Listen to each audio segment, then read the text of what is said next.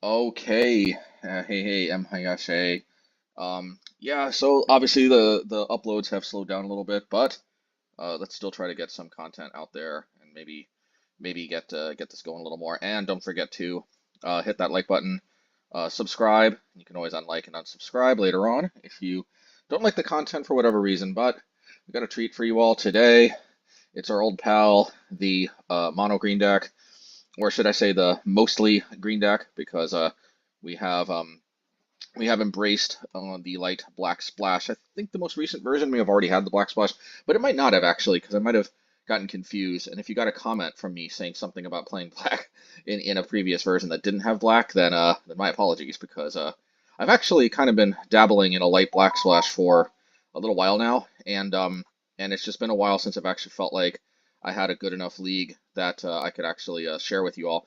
Because, I'm not going to lie, if there, I'm just going to say up front, if there's one single deck that tends to drain my tickets when I try to experiment to find a at least serviceable list more than any other, it's probably the mono green deck, and that's probably not surprising. Um, that's just kind of me though, like there's always times where I feel like I've got to burn through some tickets to, you know, um, yeah, just see what works, see what doesn't. Like because what can I say? Modern's a very powerful format, and honestly, it's a miracle to even go 3-2 with a with such a bizarre concoction like a deck like this. So, as it might not be surprising, figuring out the right cards that work, the right mana that works, the right everything can be a little challenging. But the good news is I think I finally have a deck to report to you all that I think. I don't want there to be any illusions. I'm not telling you guys that if you play this year FNM, you're going to go undefeated, but you might win one more match than you lose. You might, depending on how many rounds your FNM has. If it's an even number, I think they all have odd numbers, but it's been a while honestly since I went to an FNM. You might break even. You might win more. You might lose one more match than you win. But at least I feel like this deck gives us let's just put it this way. I feel like I'm doing stuff. I feel like I've got at least a chance. I don't feel like I'm just getting shut out. Um, anyway, let's get into it. And yes, we are in the post Fury ban. Modern. How does that change the deck exactly? Honestly, I don't think that really changes. I don't think that really changes the deck that much. Honestly, we haven't been seeing Ragavan for as much. So actually, one change you might be noticing is I used to be playing Lovestruck Beast, and we're not really playing that as much anymore. Because, like I said, honestly, Ragavan was starting to drop off even before Fury got banned. But now that Fury got banned, we just don't see much Rakdos mid range anymore. I do see some Rakdos mid range, but it's incredibly rare. Sometimes I even wonder they might not be playing Ragavan, although they probably should, I'm guessing. But um, at the end of the day, with a lot less Rakdos mid range getting played because they can't really throw scam into it as freely as it was before. Um, do we just? I've just really not been seeing a lot of Ragavan, just because Orcus Bowmasters I think have been suppressing Ragavan quite a bit in general, and ironically, one of the only decks that consistently we had to always be worried about getting blasted out by Ragavan was Rakdos Scam. But honestly, even in Rakdos Scam, like Lovestruck Beast would only get you so far because Orcus Bowmaster so seamlessly just took care of that 1/1 token. But you can always have Orcus Bowmaster, and at the end of the day, I still stand by. If you expect to see a lot of Ragavan, Orcus Bowmasters, at least in mono green, is one of your better options. Even though they can usually kill it, uh, just putting some roadblock in front of them that they have to use a removal spell forces them to spend mana that they can't necessarily capitalize. Like for example, they can't necessarily play their own Lovestruck Beast or Courser of Kruphix or something as easily if they have to burn a mana to get a blocker away. But in any case, with less Ragavan in the format, I don't feel as pressured to play something like Lovestruck Beast. Honestly, it's possible we should just kind of bite the bullet even if Ragavan starts making a little bit of a resurgence and still not play it. And the number one reason why I'm taking this in a little bit of a different direction is really Mosswood Dreadknight. The more and more I play with this card, the more and more I think that if you want to be playing a mono or mostly green deck, and I would recommend mostly green if you're playing this for obvious reasons, but if you're playing a base green deck, especially one off the beaten path, I mean, if you're playing, let's put it this way, if you're playing an MHayashi style mid-range deck that's mostly base green, I think you got to be playing Mosswood Dreadknight. This card is just kind of one of the only powerhouses in a deck that's otherwise kind of just stitched together with a lot of different jankiness. Like this is kind of the whole draw to playing the deck. So I'm kind of embracing the Black Splash honestly because this card is um so this card can be a little deceptively good, okay? Because one thing you might notice when you play it is it does tend to get killed a lot, and you might be surprised in that sometimes even though you can keep recurring it, it does cost a lot of mana to recur it. So sometimes sometimes it doesn't necessarily feel as busted as you might be thinking. Because I know when I was thinking when I saw this, I'm like, whoa, this card, unless they're playing exile effects, they just can't kill it. But the way Modern is, being so fast, not every deck necessarily has to kill it because of just the sheer amount of mana they force you to have to burn through when they kill it. Because you not only, I mean, if you could just play it directly out of your graveyard, that would be one thing. But the fact that you have to Dread Whispers first, then play it, means every time they kill it, you basically have to spend 4 mana to play it again. However, I think something to keep in mind with Mosswood Dreadknight, it's really that this card gives you a lot of flexibility. That's the hidden value to this card. There are some matchups and there are some situations. Sometimes you can have the same matchup in different situations. Sometimes you can have different situations within the same matchup, and sometimes different matchups just require different approach altogether. But in certain situations or certain matchups or certain combinations of the two, sometimes you want to be playing this as a 2-mana 3/2 beater, which is still relatively aggressive, even this modern power crept era we're all living through. And some situations, you're going to be more interested in drawing a card. And it's that flexibility that I think is very welcome in Mosswood Dreadknight. In matchups where there's just a ton of removal flying around, the fact that this card draws a card first, it just means that there's kind of a floor to how bad this card can be. Because one of the main problems with playing any creature, I think, in the current metagame, is that a lot of times it just instantly eats a removal spell, it's gone, and then you really didn't do anything, right? But Mosswood Dreadknight sidesteps that issue because in those matchups you can Dread Whispers first, and then even if they kill it later on, you still at least drew a card off of it. So it's never that bad. You're still one card further in your deck, and you know, yeah, it's just there's a limit to it's almost kind of like pseudo cycling in a way. And another thing to keep note is in some of those matchups, you don't necessarily you shouldn't necessarily feel pressured to play the 3/2 right away. You know what I mean? Like you can just kind of Dread Whispers, and you can kind of just keep this thing sitting in exile for a while, develop your board, Mazemind Tome, whatever. Just do other stuff. You know, maybe Field of Ruin a little bit, charge up Blast Zone. You know, whatever. You can spend some time doing some other stuff, and then play this out a little later when you've got nothing better to do. And then it's not as backbreaking. It's not going to mess with your plans as much if they remove it, because most of the time they will have a removal spell in these mid-range removal heavy type matchups. That's the thing. You have the option to do that. And then, like I said, there are some matchups. Just trying to think of the main ones. Certain combo matchups. So sometimes, depending on the combo matchup, you may so desperately need to hit a Field of Ruin, like Dredge or whatever, which pays basically no basics or something like that. So sometimes you're still going to be digging for stuff with Dread Whispers, but there are certain combo matchups, at least certain situations in certain combo matchups, certain maybe control matchups. Certainly, so let me put it this way: like Grixis control, for example, you're probably going to be interested in probably playing this out as a 3/2 earlier on. Just make sure you got a black mana to be able to Dread Whispers the next turn. Otherwise, their Lightning Bolt becomes hard removal. But again, if they're not playing white, then this card is relatively safe against certain decks where you kind of want to be smashing face early because you're not as confident that you can go toe to toe with them in a very very late game type of thing, if that makes sense. I mean, I'm not gonna lie. I'm not gonna say that this guarantees that you're gonna win because again, most control decks play a healthy amount of removal spells themselves. But since they're more geared towards the late game, sometimes you just got to do what you got to do, and you got to hope you can smash face. I'm not so sure if this is the match where it happens. I don't think it is in this league, but I did have a league where I did kind of aggro a control deck out, which felt kind of good. You know, by just being aggressive with Mosswood Dreadknight. I think that version had Lovestruck Beast though, and I think that was kind of important. But Lovestruck Beast can be a double-edged sword against control though, because it also leaves you very vulnerable to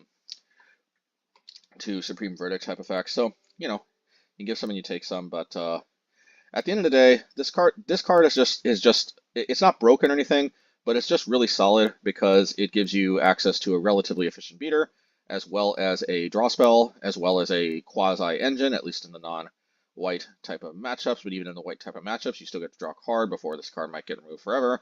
So it's just a solid card, and it's just really kind of one of the, like, this deck just kind of wants to play creatures since, you know, you're green. You got to be playing some amount of creatures. We don't really have premium disruption, premium, um, you know, what makes green green and green powerful is kind of its creatures. So we got to be playing creatures, and, you know, to sum it up, I think Mosswood Dreadknight, it's just kind of the type of creature that is more that rewards you a little bit more in this type of environment. But it's actually very similar, and maybe this is the last thing I'll say before I move on. But for any of you who used to follow my Merfolk content back when I used to play Merfolk, and more specifically back when I used to play Coral Helm Commander, I think you guys might have a little bit of an idea of how I approach this card, because it's a lot like Coral Helm Commander in the sense that a lot of times when you play Coral Helm Commander, you were either not playing it out immediately because sometimes you were waiting till they used all their removal and other stuff, and then you played out a 4/4 flying Merfolk that pumped all your other team in an era where Lightning Bolt was way more premium, Fatal Push hadn't been printed yet, etc., etc. So sometimes just playing out a 4/4 Merfolk was, you know, 4/4 Merfolk load was kind of a big deal. You know, nowadays it might be a little bit of a different situation. Also, sometimes you would play out your Coral Helm Commander, and you just would wait a while before you would pump it up. You just wouldn't necessarily automatically sink the mana in. And Mosswood Dreadknight, it's just got a similar thing going on in that sometimes you, like I said, you play out the Dread Whispers. You don't automatically always play out the Mosswood, but sometimes you do get a little aggro with it, like sometimes you would with the Coral Helm, even though that wasn't necessarily the norm, at least in the removal heavy matchup. So, I mean, this is the type of card that it rewards you for being flexible. It rewards you for knowing the matchup. It rewards you for kind of being able to figure out if you need to be more aggro or if you need to be more card advantage focused. And yeah, it's just, I think it gives us kind of similar vibes to that. That was always the thing about Coral Helm Commander that made me like it. I don't even know if I still have it. I probably sold this. Probably sold my Coral Helm Commanders. Oh no, it's still here. So yeah, I know this card is completely unplayable today. Most likely, I could try it again just for shits and giggles. But anyway, yeah, believe it or not, this card was severely underrated in my humble opinion in Merfolk for a long, long time. But then, like a lot of stuff, it probably got power crept out regardless. But there was a time where I think people were undervaluing it. But power creep vindicated them in the end and made them right ex post facto, but they weren't right for a short period of time, in my humble opinion. Um, I guess let's go card by card, and yeah. So yeah. So I mean, let's start with the mana base, I guess. Maybe I won't go like card by card by card, but we got our 6 forest, 2 swamps. I think that's a pretty good mix when we are more green. When we're more green slanted, we want to be able to. We're mostly going to be interested in having green mana early because most of our spells are green, and we only have one card that actually needs black mana to be cast, and this card can be useful later in the game. Because Dismember technically actually doesn't require black mana, but it is nice that we have 2 swamps, so we can always get to 2 black and pay it without losing any life, at least if they don't kill our basics somehow. So there is that. But yeah, I'm very comfortable with the 6 forest, 2 swamp split. Also, although we don't have 8 fields in the main, we do split the 8 fields between the main and the sideboard in this particular list. And having 8 basics is very important if you're going to be playing the 8 field package, either in the main or split between the main and the side, or however you decide to do it, because you don't want to run out of basics to fetch. So 8 with a 6/2 split makes sense. Restless Cottage and Sunken Citadel. So, well, actually, I guess Restless Cottage first. This card, I mean, this card is like nothing that spectacular in a way. But at the end of the day, for multicolor decks, I just think these manlands are just indispensable. Every time I try to dabble in a multicolor deck, whether it's Boros midrange, Boros burn, well, maybe not burn, but Boros midrange. Yeah, definitely not Boros burn, but Boros midrange, whatever. Like, you know, manlands just almost always end up taking the slot of cards that used to be like Overgrown Tomb or whatever. I don't know, maybe it's just me because a lot of people swear that you can't come into play tap lands in Modern. Um, I find the opposite in a way, and a lot of times I can't afford to just play, you know, 16 to 20 lands that just don't do anything but make mana. I just run out of gas. So Restless Cottage is just kind of filling that role. It taps for 2 different colors of mana. It also gives me some utility later in the game. Also, it allows me to speed up my clock a little bit when I got to go more aggro. I think very important. Because again, this is not the most high powered of my decks, so you know, being able to get a little aggressive, sometimes even if it's a little risky, even if you got to expose this to being removed or something. sometimes it's your best chance at winning, and you got to know when to take that, and you got to take your risks and try to get there. Um, I will have to say though, out of manlands, out of the multicolor manland cycle, I think Restless Cottage is honestly one of the better ones. This card does have a lot going for it, even though I'm not saying this is bust or anything. It does have a lot going for it, and I do think it's very solid in its own right. Um, yeah, because it's it's a lightning bolt proof. It doesn't die to lightning bolt. There's honestly not that many burn spells that are instant speed and deal 4 damage. I would know because, um, you know, I mean, the only thing I can think of off the top of my head is Demon Bolt. It's been a while since I played that card, and pretty much nobody plays that but me. And even I only played it for a brief period of time, and I still might come back. But I mean, honestly, I can't even think of that many burn spells that deal 4. And also, it's also 3 mana essentially.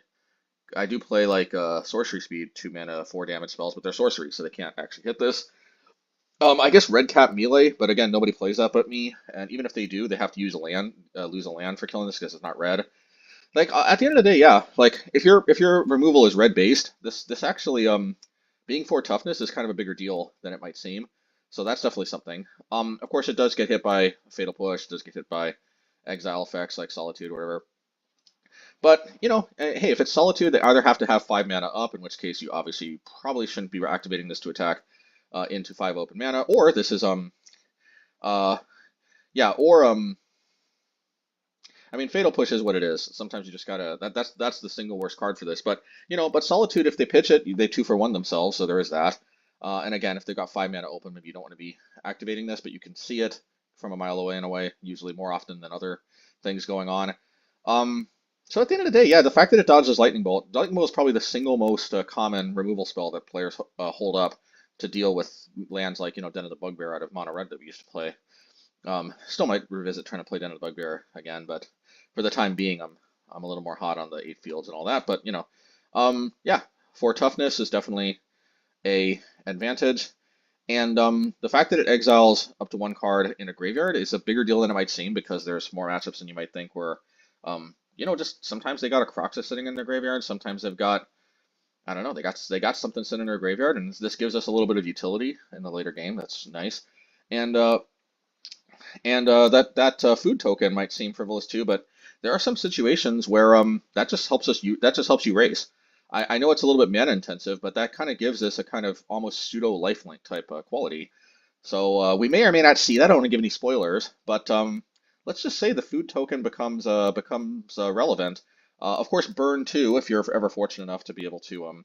Honestly, most of the time, if you can afford to start attacking with this thing and not immediately die on the next turn against burn, you probably already gained enough life with Courser or some other things that you can that it wasn't necessarily the Restless Cottage that pulled you out of the danger zone. But let's just say that at least one game in the past, I do think I won a game against burn that I otherwise would have lost if I didn't just get 1 more food token from this. So it does it does sometimes help against burn too. And of course, our old friend Sunken Citadel. We remember this from me testing it in the red deck, and yeah, you will probably be seeing me trying this in basically every other color of my decks because I was so impressed with that in the mono red deck. However, somehow the 8 field approach just was not yielding the type of results that I was expecting and hoping that it would in this deck. And I was kind of hoping, especially with Assassin's Trophy, which I think is a very natural fit if you're going to be playing any amount of Black Splash when you have access to the 8 fields, main or split with the side. But I think the difference with Assassin's Trophy versus Cleansing Wildfire, it's really the fact that this doesn't draw a card. Okay, so like we just really weren't able to just kind of pop off and continuously harass their mana while not falling behind on cards like we were in the mono red deck. So just most of the time when I was playing 8 fields plus Assassin's Trophy, yeah, I just ended up having to hold on to my Assassin's Trophy rather than just pop it off on their land. Sometimes I just wasn't sure if they had more basics. Sometimes I just didn't draw enough of my Demolition Fields that this was actually going to be worth essentially kind of just going down a card. Because if you use this on a land and they still have a basic and it doesn't meaningfully disrupt their mana in a meaningful way, you kind of just go down a card. With Cleansing Wildfire, that's not the case. So you could just more aggressively just fire it off. And if they got another basic, hey, you kind of wish they didn't, but at least you broke even on cards, right? So yeah, at the end of the day, I felt like I was bearing more fruit um, by just holding on to Assassin's Trophy as more of like a catch-all removal type spell. That occasionally in some matchups, like spoiler alert, possibly Tron, is absolutely worth it. Even if you go down a card to go after the lands, you get the idea. Um, Bottom line is, I'm doing something a little different because I do like Sunken Citadel though, even though I'm not necessarily playing the 8 field. So one of the main reasons I liked it out of the red deck is not necessarily present. But this card is still, I think, pretty awesome, at least in this deck. We'll see about other decks. If there's some other decks where I don't necessarily feel like 8 fields bears as much fruit, because we're not going to have Cleansing Wildfire or Geomancer's Gambit in all the other colors, right? But Sunken Citadel, at least here in this color, I think makes a lot of sense and it earns its place. Because one of the things to remember is Sunken Citadel is not only a great way to pop off your Field of Ruins early, pump up your blast zones. I mean, we can pop blast zone on X equals 1 as early as turn 3, which is still a pretty big deal, completely outside of the whole 8 field mana denial type of strategy. Just early blast zones, also being able to pump this much easier, pump this much higher, much easier. It's a very, very big deal. It's almost like an Ancient Tomb type of effect. It makes Blast Zone. Blast Zone I already felt was criminally underrated. And already I felt like Blast Zone was crazy good, and I think maybe overlooked by a lot of other players. But especially with access to Sunken Citadel, I just think like a lot of Blast Zone's unwieldiness at times becomes a lot more smoothed out, and it becomes a lot more manageable. So I still think that's great. And of course, let's not forget, we can start attacking with Restless Cottage a turn earlier. This doesn't necessarily come up as often because you do always have to factor in the risk reward of attacking with this, losing a land in the process, especially when you got other things you can be doing. And there is a lot of other stuff we could be doing, as we're going to get to in a second. So we probably not going to be that often, although there are some matchups like Burn, for example, where it actually could be. I don't think I had Sunken Citadel when I had that experience against Burn, but it could be a game changer against matchups like Burn, for example, to be able to start attacking with Restless Cottage a turn or two earlier. I guess it can just be a turn. But let's say we play turn 1 Sunken Citadel, turn 2 play another Sunken Citadel, maybe one on green, one on black. And then we have to play Restless Cottage tapped, unfortunately, so we can't attack the next turn. But then the turn after that, on I guess turn 4, we can essentially attack with Restless Cottage by only tapping 3 lands, 2 of the Sunken Citadels to create the 4 mana, and Restless Cottage. And I guess that still could lead to blow-offs. But against a deck like Burn, that doesn't necessarily have a lot of ways to kill it. And if it does, at least they're probably using at least one Lightning Bolt in the process, so saving you 3 life. I'm just saying it is, don't forget you can also start attacking with Restless Cottage a bit earlier and using less mana to do so. But I think more than anything in this deck, the main reason why Sunken Citadel to me makes a lot of sense, and it's probably going to be difficult to take me off of this, is simply the fact that it both functions, as that Ancient Tomb type effect, but it also is a mana fixer, and that's a very big deal in a multi-color deck, even where the splash is very light, which, if you've probably known anything about MHayashi, if he ever does dabble in more than one color, which is extremely rare as is, you know that when I dabble in another color, it's almost always an extremely light splash. I try to keep the splash of the other color as minimal as possible, and you probably remember that if you followed me ever since the days when I used to do a very extremely light green splash in my mono red deck. Usually it was green. Every once in a blue moon, I did a very light white splash, but mostly it was green, mainly for cards like Destructive Revelry, so I could deal with enchantments. Yeah, and stuff like that. It's kind of been a while, but yeah, just the fact that this mana fixes also boosts our lands. It's just it's pretty nice. I do have to say though, that one thing that was always a little bit problematic though in this deck is it does have a little bit of a tendency to flood, and I don't necessarily think it's so much that it floods per se, but just that, especially because of Corsair, sometimes you end up with a bunch of lands in play, but you don't necessarily have a lot to do with it. But this is the first time I run back this league, and I actually decided to forego playing the 8 fields, because the thing is, finding the right balance of lands was always very challenging, because I was kind of on 8 fields for a long time. I never really got good results, and sometimes it just felt like I was getting steamrolled. The problem was that, like, if I took out Sunken Citadel and I played 8 fields plus Blast Zone, like I felt like that more or less solved the issue of of having not enough to do with my lands when I had a lot of lands. But what it did do is result in me having a lot of color issues because already, as you probably know from my mono red decks, sometimes I run into color issues with 12 brown lands, even with just one color. So you can only imagine when I have two colors, even if the splash is about as light as you can be, still ultimately when I have two colors, 12 brown lands can be a little challenging. That's not to say that still might be something I might try to revisit in the future, but yeah. So the issue was yeah, if I played the 12 brown lands plus like a Restless Cottage, no Sunken Citadel, or maybe Sunken Citadel to the sideboard or something, which is an idea that I thought of. I don't think I necessarily pulled the trigger on, but yeah, then you have some mana screw problems that come your way. If you play like Demolition Field in the Blast Zone spot, the problem I had was that's definitely where just having a lot of land sometimes, but not enough to do with my mana, really reared its ugly head. And I just think that this is probably the best sort of compromise. Uh, at the end of the day, I feel like Blast Zone is actually not only just a very solid card in its own right, and not only just a good way to take advantage of Sunken Citadel, but it's also just kind of one of the better things in our deck that we can take advantage of having an excess amount of mana. Um, so yeah, and as long as one of those lands is a Blast Zone, if you're seeing a lot of lands, Blast Zone is one of the few cards that can really help us recover from very difficult board states, can wipe out a lot of DRCs, plus a Ragavan, plus, who knows, plus, Swift Spears, Soul Scars, you name it. Blast Zone can bail us out of situations that a lot of other cards can't. Also, it's flexible because it can hit pretty much any permanent type, except for One Ring. It can't hit the permanent type known as One Ring. But yeah, it's extremely solid, and we do have access to 4 Demolition Fields in the sideboard. If we're playing against a deck like Tron, if we're playing a deck like Amulet, if we're playing a deck like Murktide, which we know plays 2 to 3 basics only typically. Like if there's a matchup where we know that they're particularly susceptible to the 8 fields, or it's a particularly important part of our strategy, regardless of how susceptible it is to the 8 fields, we do have the option to bring this in. But I think the vast majority of matchups we're going to face are going to be matchups where Blast Zone is going to be more important, like Prowess, for example, which that's seeing a little bit of a resurgence, but not necessarily super a lot.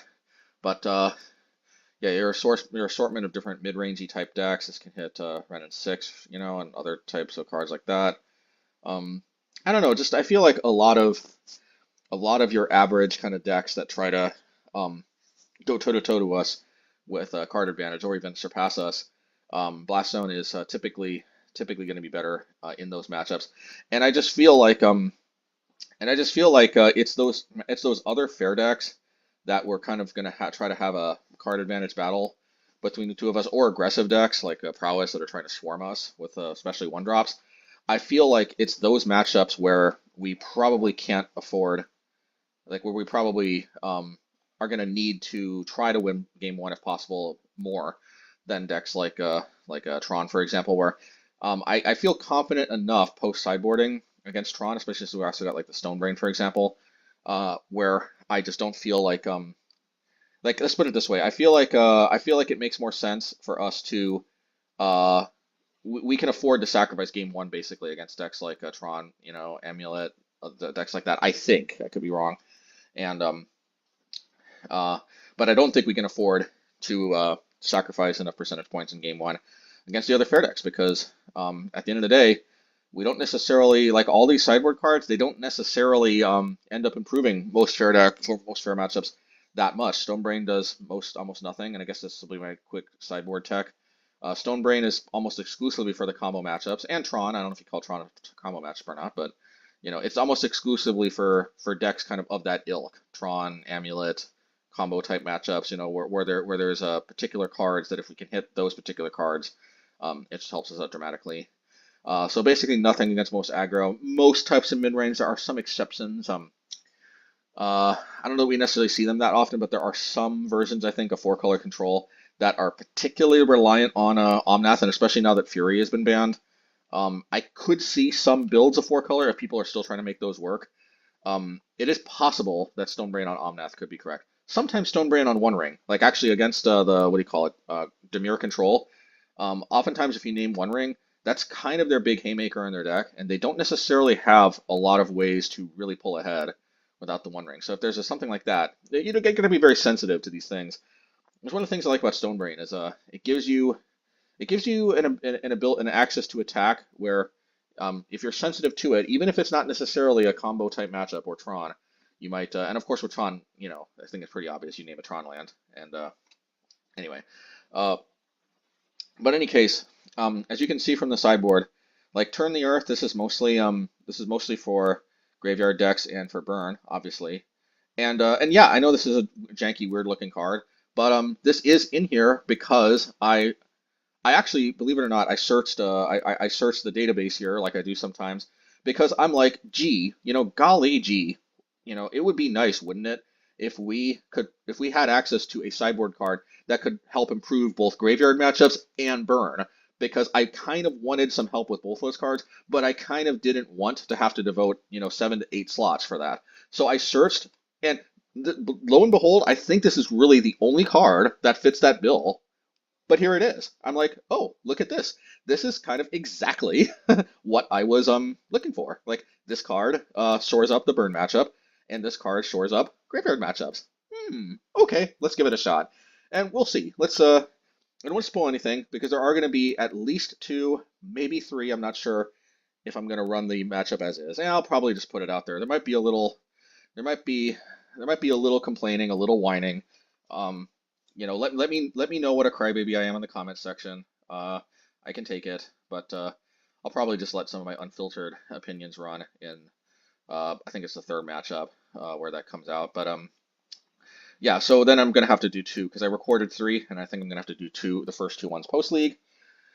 Anywho's it. Yeah. So Turn the Earth. Just basically, we'll get to see how this goes. I don't think we play Burn this league, but we do play at least one graveyard deck from my recollection. I'm gonna go through the matches, but well, I think we'll at least get to see how this does against the graveyard matchups. And I do know from previous leagues, I can already verify for you all, this card is pretty darn good against Burn. I know it's only like 4 life, but 4 life absolutely can make the difference, especially when because a lot of times against the Burn matchup, you just need to survive to the point where like the incremental life gain from Corsair can kind of just pull you past the finish line. And Turn the Earth absolutely accomplishes that. So I'm very satisfied in this helping shore up the burn matchup. So this league, hopefully we'll get to see how it does in the graveyard matchups. We already discussed Demolition Field and Stonebrain, so that just leaves Haywire Mite. Look, at the end of the day, you could say this was somewhat of a holdover from back when I was playing Lovestruck Beast, and this card just synergized super well with that. But at the end of the day, we're still living in a one-ring world.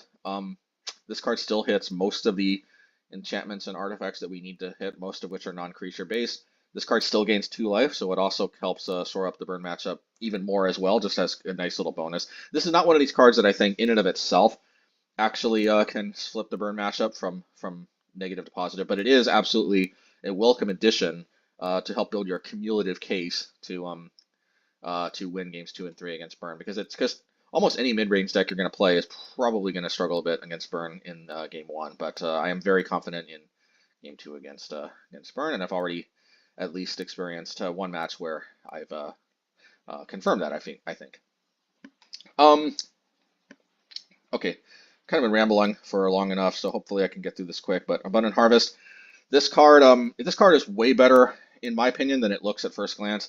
At first, I thought Wall of Blossoms was probably just better because for 1 more colorless mana, I got to draw a card but also get a 0/4 body.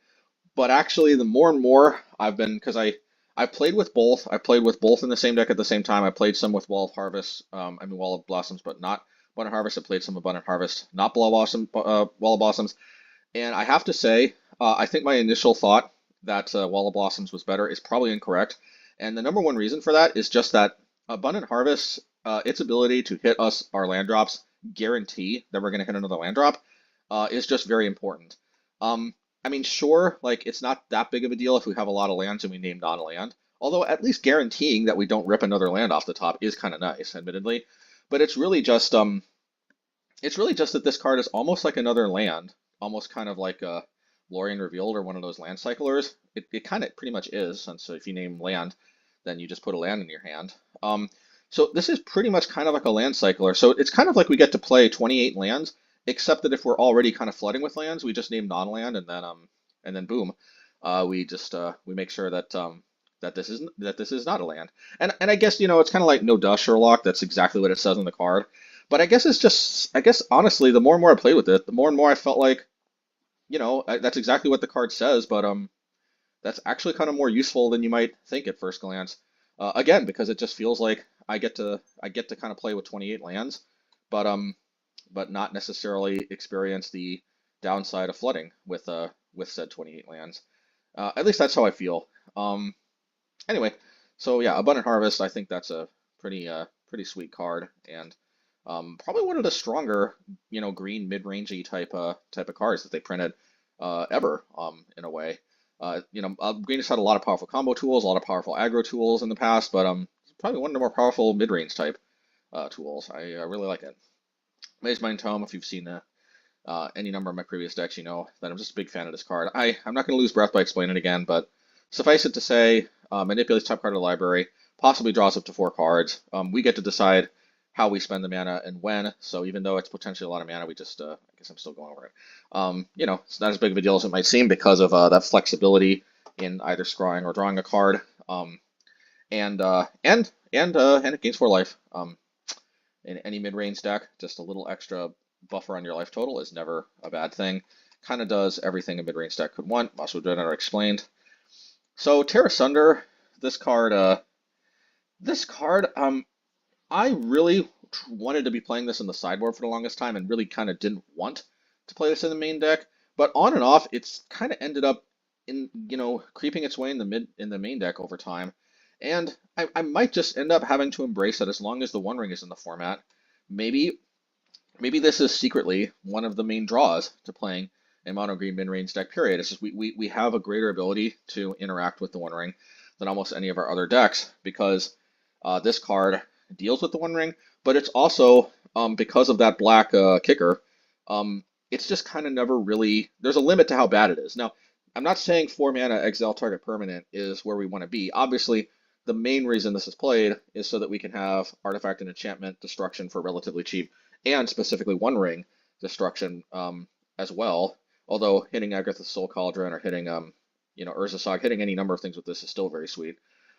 But I think it's the fact that if your opponent isn't playing any artifacts or enchantments, even though it can feel a bit overcosted at times, just having that ability to be like a 4 mana exile effect Vindicate type card at instant speed, well, it ends up being a lot better than you might think in a lot of situations. A lot of times it hits that critical Planeswalker, instant speed at that.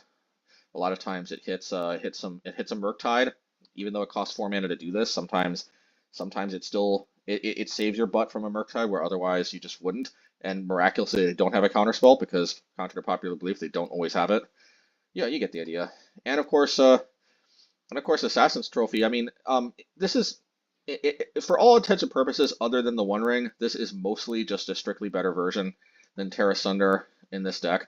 Other than the fact that there will be some situations where we won't have black mana by turn 2 because because of the 6 forest and the 2 swamp split, there are going to be some situations where Tear Assunder is a bit easier to cast, and we have the mana to cast it on turn 2, but we don't for Assassin's Trophy. But that being said, it does pretty much everything I just mentioned Tear Assunder does, except it doesn't hit the One Ring, but that makes up for it for the fact that it costs 2 mana less, but still hits basically any permanent but the One Ring, including lands, which actually Tear Assunder doesn't, even with the kicker. So that's very nice in some matchups like Tron, for example, Amulet, you name it. They do get to search a land, but especially if we bring in the Demolition Fields in games 2 and 3, a lot of times they are going to be running out of basics relatively quickly. So it's not as big of a downside as you might think. And we also have enough experience playing with Path to Exile to the white deck that I think that this card is pretty much hands down better than Abrupt Decay in the current modern. There's enough high converted mana cost cards above 3 and enough lands that we want to hit, and you get the idea. And I just think putting a land into play, as we've learned from Path to Exile, is surprisingly not as big of a deal as you might think. So yeah, and being able to hit any permanent is just very sweet. Um, and of course, Dismember. It's a kill kill most of the creatures in the format for 1 mana, and you don't even have to have black, so you can play this early. Sign me up. Yeah, we have to pay 4 life, but we do have the option to fetch out our swamps or pay the black mana from Restless Cottage or Sunken Citadel if we need black with this card. Most of the time we're going to be naming green with this card because we need double green for Corsair. So, but sometimes if we already have a lot of green sources, sometimes we name black with this, and there we go. We can mitigate potentially. Courser of Kruphix.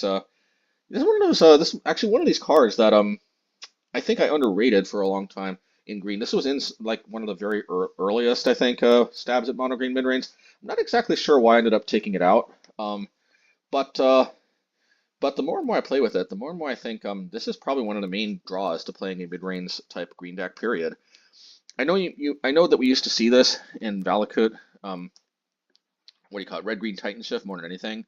But at the end of the day, even if we're not necessarily playing a deck like Valakut that is ostensibly about amassing as many lands as possible, it's still just ultimately a 2/4 body. It's a pretty good defensive, a little more defensive-oriented body, and it dodges Lightning Bolt very hugely. But it also gains life, so this is actually kind of a very big deal in the burn matchup. It gives us one of our main strategies to approach the burn matchup, and also. While it's a bit inconsistent in its ability to do this, this card does potentially, as long as we wait until turn 4, as long as we, don't use our land drop for the turn that we play it, if we play this and it immediately reveals a land off the top, which it will do a pretty decent amount of the time, then we pretty much guarantee that even if they immediately kill it, we still got card advantage off of this by just, moving a land from the top of our library into play and getting one card closer to an on-land card. It's yeah, it's pretty sweet actually. Um, and also it's kind of cool because with these field effects, Field of Ruin and Demolition Field, we're going to bring it to the side.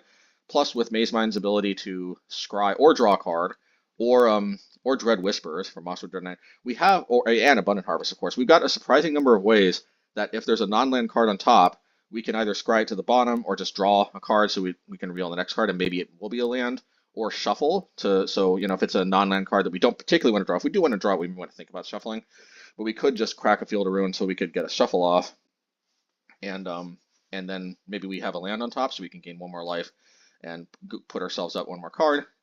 We've got a surprising amount of ways to start kind of manipulate the top card of our library in this deck. So Courser of Kruphix actually ends up amassing a surprising amount of card advantage over the game in my experience if this card sticks. And the fact that a decent amount of the time it's going to immediately +1 card advantage the turn it comes down. And I am coming to the conclusion that we almost always want to be waiting until turn 4 for that reason, so that we can play it turn 4 before we make our land drop for the turn. After we've already made 3 land drops, play it before we make our land drop, and then possibly just gain the card advantage. And yeah, yeah, quite a innocuous looking card, but one of the more deceptive important cards of this weird archetype we are playing. And of course, Walking Ballista. Before I get to Explosive, Walking Ballista. This was originally in here because of Lovestruck Beast. Just because I like the way this could be played as larger if we had more mana. But if we just need another 1/1 so we could guarantee that Lovestruck Beast could attack, it was good enough as a 1/1, and we can even put counters on it later on to beef it up, even if we did just play it as a 1/1 for Lovestruck Beast purposes. So this was mainly in the deck because I felt it synergized very well with Lovestruck Beast. But what I actually found out is this was actually kind of better than Lovestruck Beast in its own right, mainly just because it's kind of like there's an argument to be made that maybe we should be exploring playing this in a lot of other colors, maybe even mono red. That probably I can't imagine that this is better than the other things we would do it. But this is surprisingly flexible. Well, I mean, Bone Crusher Giant, for all intents and purposes, is mostly just better in red, but the other colors don't necessarily give an effect like Bone Crusher Giant. Because this is an early game way to potentially interact with Ragavan. We can just put it as a 1/1 and then ping the Ragavan. This is assuming they play it as a sorcery. It's also It's also an early way to deal with a what do you call it? Orcus Bowmasters. Notably, if they do try to kill this Orcus Bowmasters and this is a 1/1, um, they it's a clean answer to it because if they target this, then we respond targeting their Bowmaster. But because this card leaves the battlefield before the Bowmaster ability triggers, they won't get their Orc token. So it's if you know sometimes they'll target you for precisely that reason, but then it gives you the ability to potentially try to pay for it to put in the counter on it. And then if to try to use a removal spell in response, it's essentially 2-for-1 because then you respond and kill the Bowmaster. And yeah, the Orc token sticks around, but that's kind of not worth a full card in and of itself. So anyway, yeah, so it has a surprising amount of utility early. It has a surprising amount of utility later in the game. Just putting this down as a 2/2 for 4 mana is a bigger deal than it might seem because a lot of good cards only have 2 toughness. And especially if you don't necessarily have to kill them right away, you put the opponent in a situation where they feel like they got to kill the Walking Ballista, especially if you're going to put in the counter on it and potentially threaten to kill their card and still leave a 1/1 body around. But then if they play a removal spell on it, it's just a straight up 2-for-1. So that's yeah, it's yeah, and also just the fact that this can close out a game pretty quickly. If you just slam it down with a lot of counters on it, or even just 2 counters and just try to put some more counters on it as the game goes by. This card gives us the ability to close out games faster than you might think. This actually turned out like this card was in the deck because of Lovestruck Beast, but it did turn out that this card was mostly just better than Lovestruck Beast.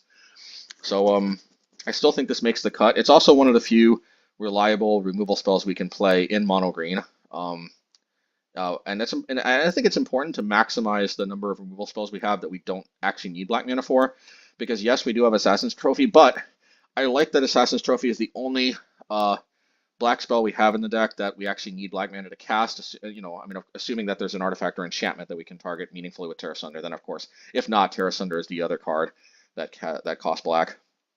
But I like that Walking Ballista, it can be cast purely off of green, because there will be situations where we don't have black mana early in the game.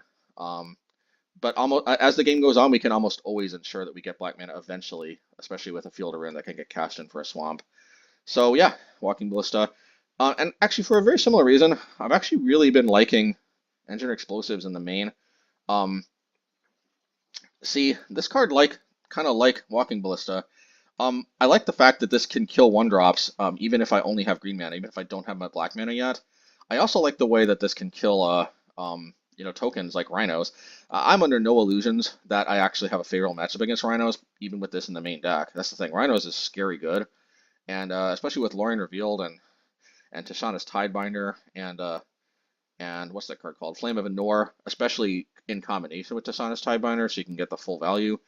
It can be a nightmare where, yeah, it's not just the Rhinos, but everything else about the deck kind of oozes card advantage too. So it's yeah. And so I'm not saying this actually makes the Rhinos matchup good, but it does give us a much better ability to try to pull off an upset, because I'll tell you, without this card in the main deck, I don't even know if it's worth it to play it out. Maybe I'm getting to the point in like my mono red decks, for example, where I might just insta scoop against Rhinos because it's just kind of impossible. We're just not capable of winning very quickly to juke them that way. Most versions play way too many basics. I think I played one Rhino deck that only had 1 forest and 1 island. I don't know what that was, because every other Rhino deck plays at least a mountain, a forest, and island. Most play at least 2 islands and then a mountain and a forest.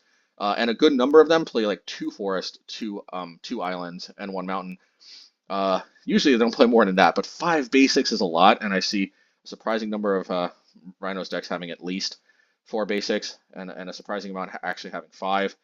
Ooh, it's pretty resilient against the 8 field effects. I mean, I'm not talking about the red deck necessarily today, but I guess just letting you guys all know that this is not going to win us the game against Rhinos most likely, but unlike against the red deck, well, at least we have a better chance of getting lucky, because with no ability to at least deal with the Rhinos for relatively cheap with just 1 card, oh boy, yeah, it's tough without a quick clock and a opposing deck that kind of just out mid ranges you for the most part.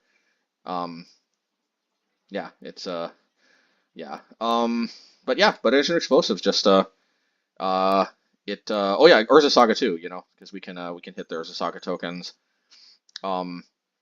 And and it is worth noting this doesn't necessarily come up a lot, but if we really need to, um, we could play Sunken Citadel for like red or white or blue, and we could potentially even engineer explosives for three. We'll have fairly easy access to 2 mana. We should probably have black mana by turn 4 at least. So and ideally you want to be playing engineer explosives by playing it on the mana cost you need and cracking at the same turn. That way they can't juke you with Flame of the Nor or whatever it is. Um, so yeah, uh, man, I've rambled on long enough. Let's get to let's get to the games. This is one of the things, man. Always 50-minute deck techs. Let me know in the comments if maybe I think some of you like that. So hopefully this wasn't I didn't lose you all. All right. Okay, match one. Wally. This one's gonna have to be a post league, but we do we do like this hand. It is a little funky dunky, but I think we I think we will keep. Yeah, so let's go. Um, oh yeah, hammer time. All right, so yeah, we named green like I said, especially with this Corsair. Um, okay. Well, let's see what we draw here. So we do draw the second land. So this, I had to actually think about this for a little while, but I ended up deciding to just kill the Stoneforge.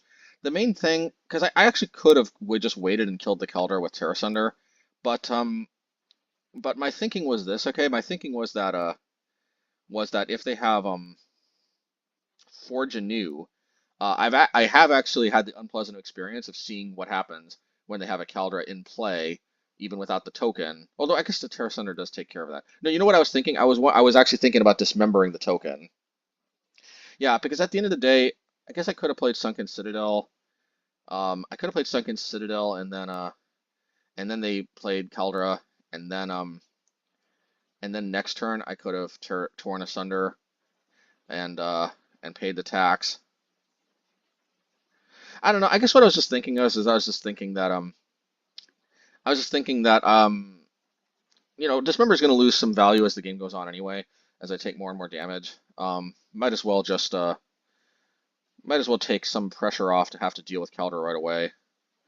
But they end up playing another Stoneforge Mystic. If I had known they had another Stoneforge Mystic, I probably would have just executed that original plan. Um, yeah, I just end up doing this because I just I can pay the tax and I leave myself extremely vulnerable to the old Colossus Hammer, a double Colossus Hammer killing me, but I got to take my chances here.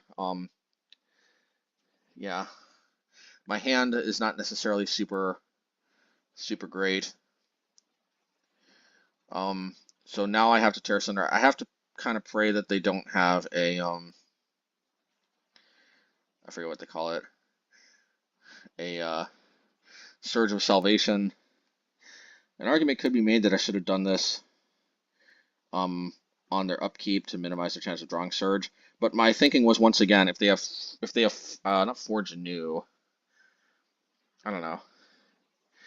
My thinking was, I guess, I don't know, they could just play a Hammer out. They could do some other. One of the things about, I feel like in general with Hammer, there's a lot of value to be had by being, yeah. So I think here, yeah, I honestly I did not see that Iganjo. I didn't. I'm like they're playing like they have Lightning Bolt, but they don't play red, so I was a little confused by that. But I actually feel like I'm kind of turning the corner here. So yeah, play that Engineered Explosives on 0. I have to, otherwise the Urza tokens are gonna kill me, and I do get to kill Ornithopter as a nice little bonus. I already exiled the Caldera, so I can yeah. I'm playing around Pithing Needle there in case you're wondering.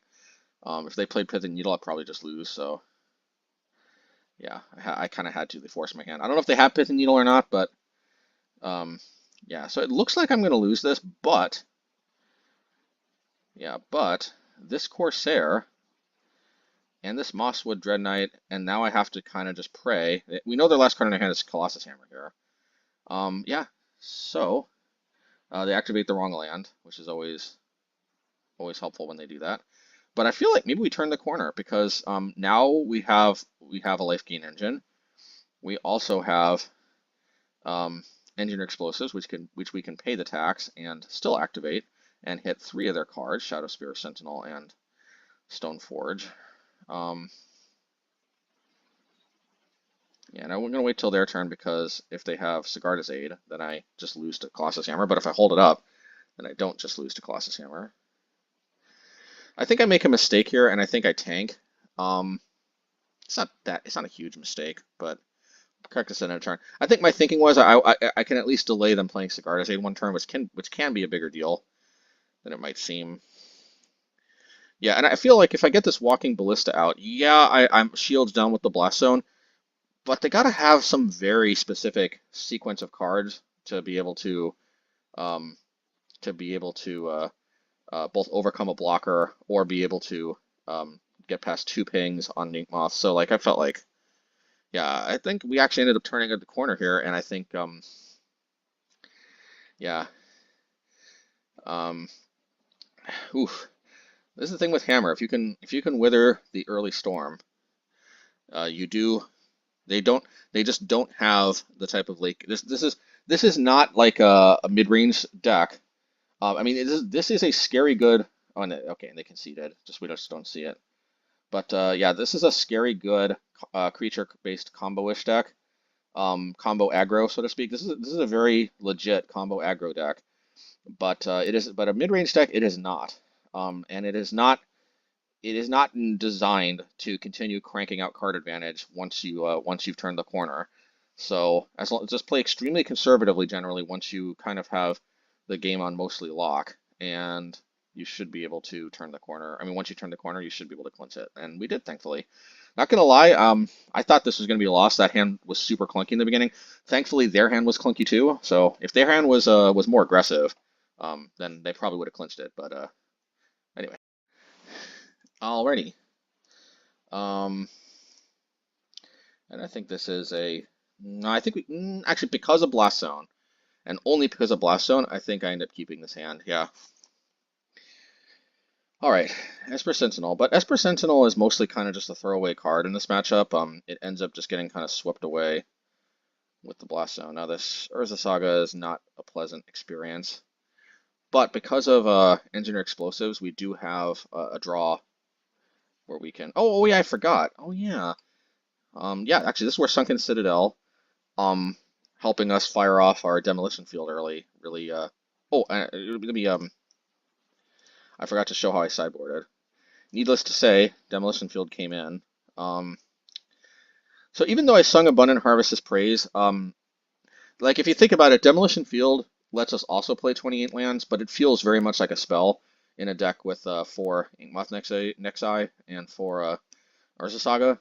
And we don't have to pay a mana to do that. So just swapping the abundant growth for abundant harvest, I mean, for the demolition field seems like where we want to be. And then oh yeah, and then we absolutely have to be playing Haywire Mite. It's just it's just a clean answer to Sigarda's Aid here, for example. And I get a feeling like I think we just rip it off the top next turn, if I'm not mistaken.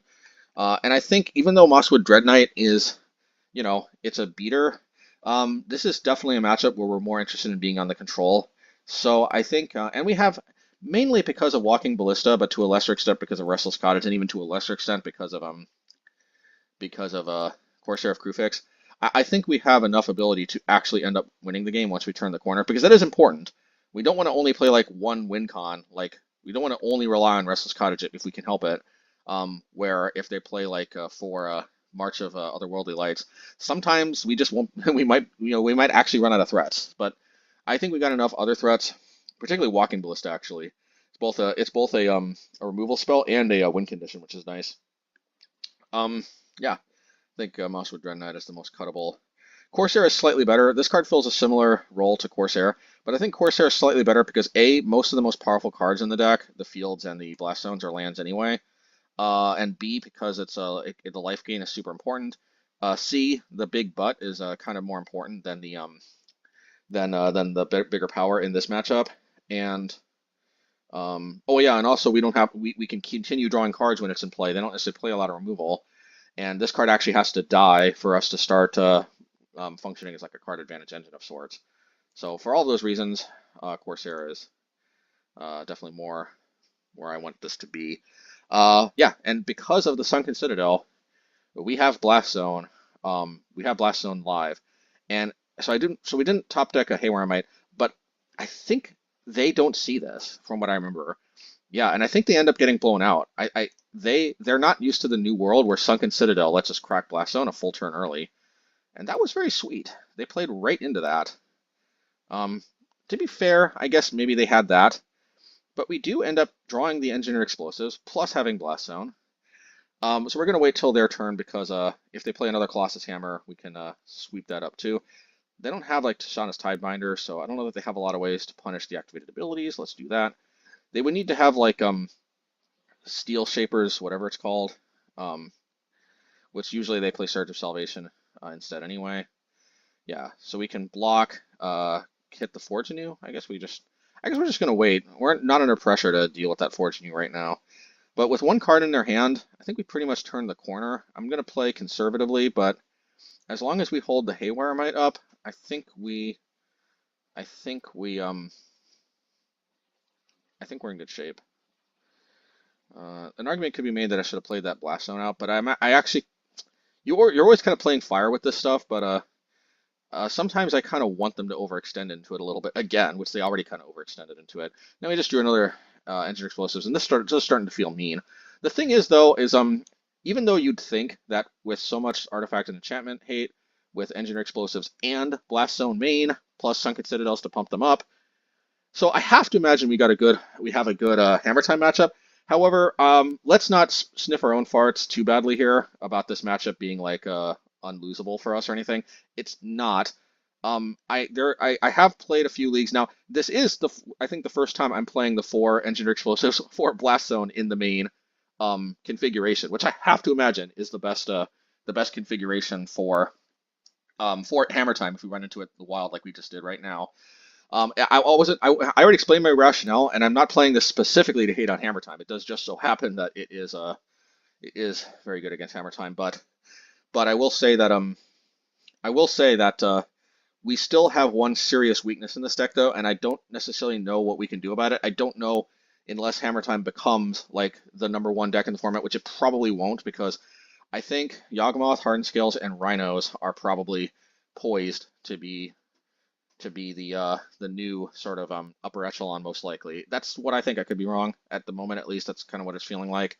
All of those decks are scary good, but Hammer, though, still has one ace up its sleeve, though, and that is that if it has an extremely early quick kill type draw, yeah, a lot of my answers are kind of clunky. You know, Assassin's Trophy, Tear Assunder. All I really have for very early interaction that costs like 1 mana is Dismember, and they can potentially win as early as turn 2. They play like Ornithopter, Sigarda's Aid, next turn Double Hammer. And you don't necessarily see that happen as much anymore as you used to. I don't think they play as many Ornithopters, but they certainly play the same amount of Sigarda's Aids and Hammers, I think, as they always have. So other than just shaving an Ornithopter or two, it's actually still almost as possible as it was before for them to get a turn 2 kill. So, you know, got to factor that in. And Dismember is one of the least ideal ways to interact on turn 1 too, because let's say because they can play the hammer on the Ornithopter and then you Dismember, but then they play another hammer. And the problem is, while it will get shrunken a bit, they will end up hitting you for like 15 damage, and yeah, and then you need an untapped like green mana for Tear Assunder or something pretty much. So you need a very specific sequence of cards if they've got the nuts. But you know, if they don't have the nuts, I think we're about as favorite can be in this matchup. But if they do have the nuts, we're not particularly well set up to face that. And I think statistically speaking, they are a lot less likely to have the nuts than they are. So I do actually think this is probably a good matchup. But again, like I said, let's not sniff our farts too badly because there are going to be a lot of games that they can probably peel off from us, and there's not a lot we can do about that. So it's not like a super one-sided I don't know. I just maybe it could be 55-45. it might even be 60-40, but it's a 60-40 that it's the worst kind of 60-40 if it is, because if it's a 60-40, it's the kind where when they've got the nuts, there's literally nothing we can do. So it's the type where skill is not going to help us move it into the 45. I mean, move it into like the 65-35 or even 70-30, because sometimes there's like an objective 60-40, but it's the type of thing where with good skill you can kind of turn it into like a 70-30, and this is not one of those. If this is more of the 60-40 rather than 55-45 types of matchups, I think, then it's definitely the type where we have no control over that 40% we lose, and therefore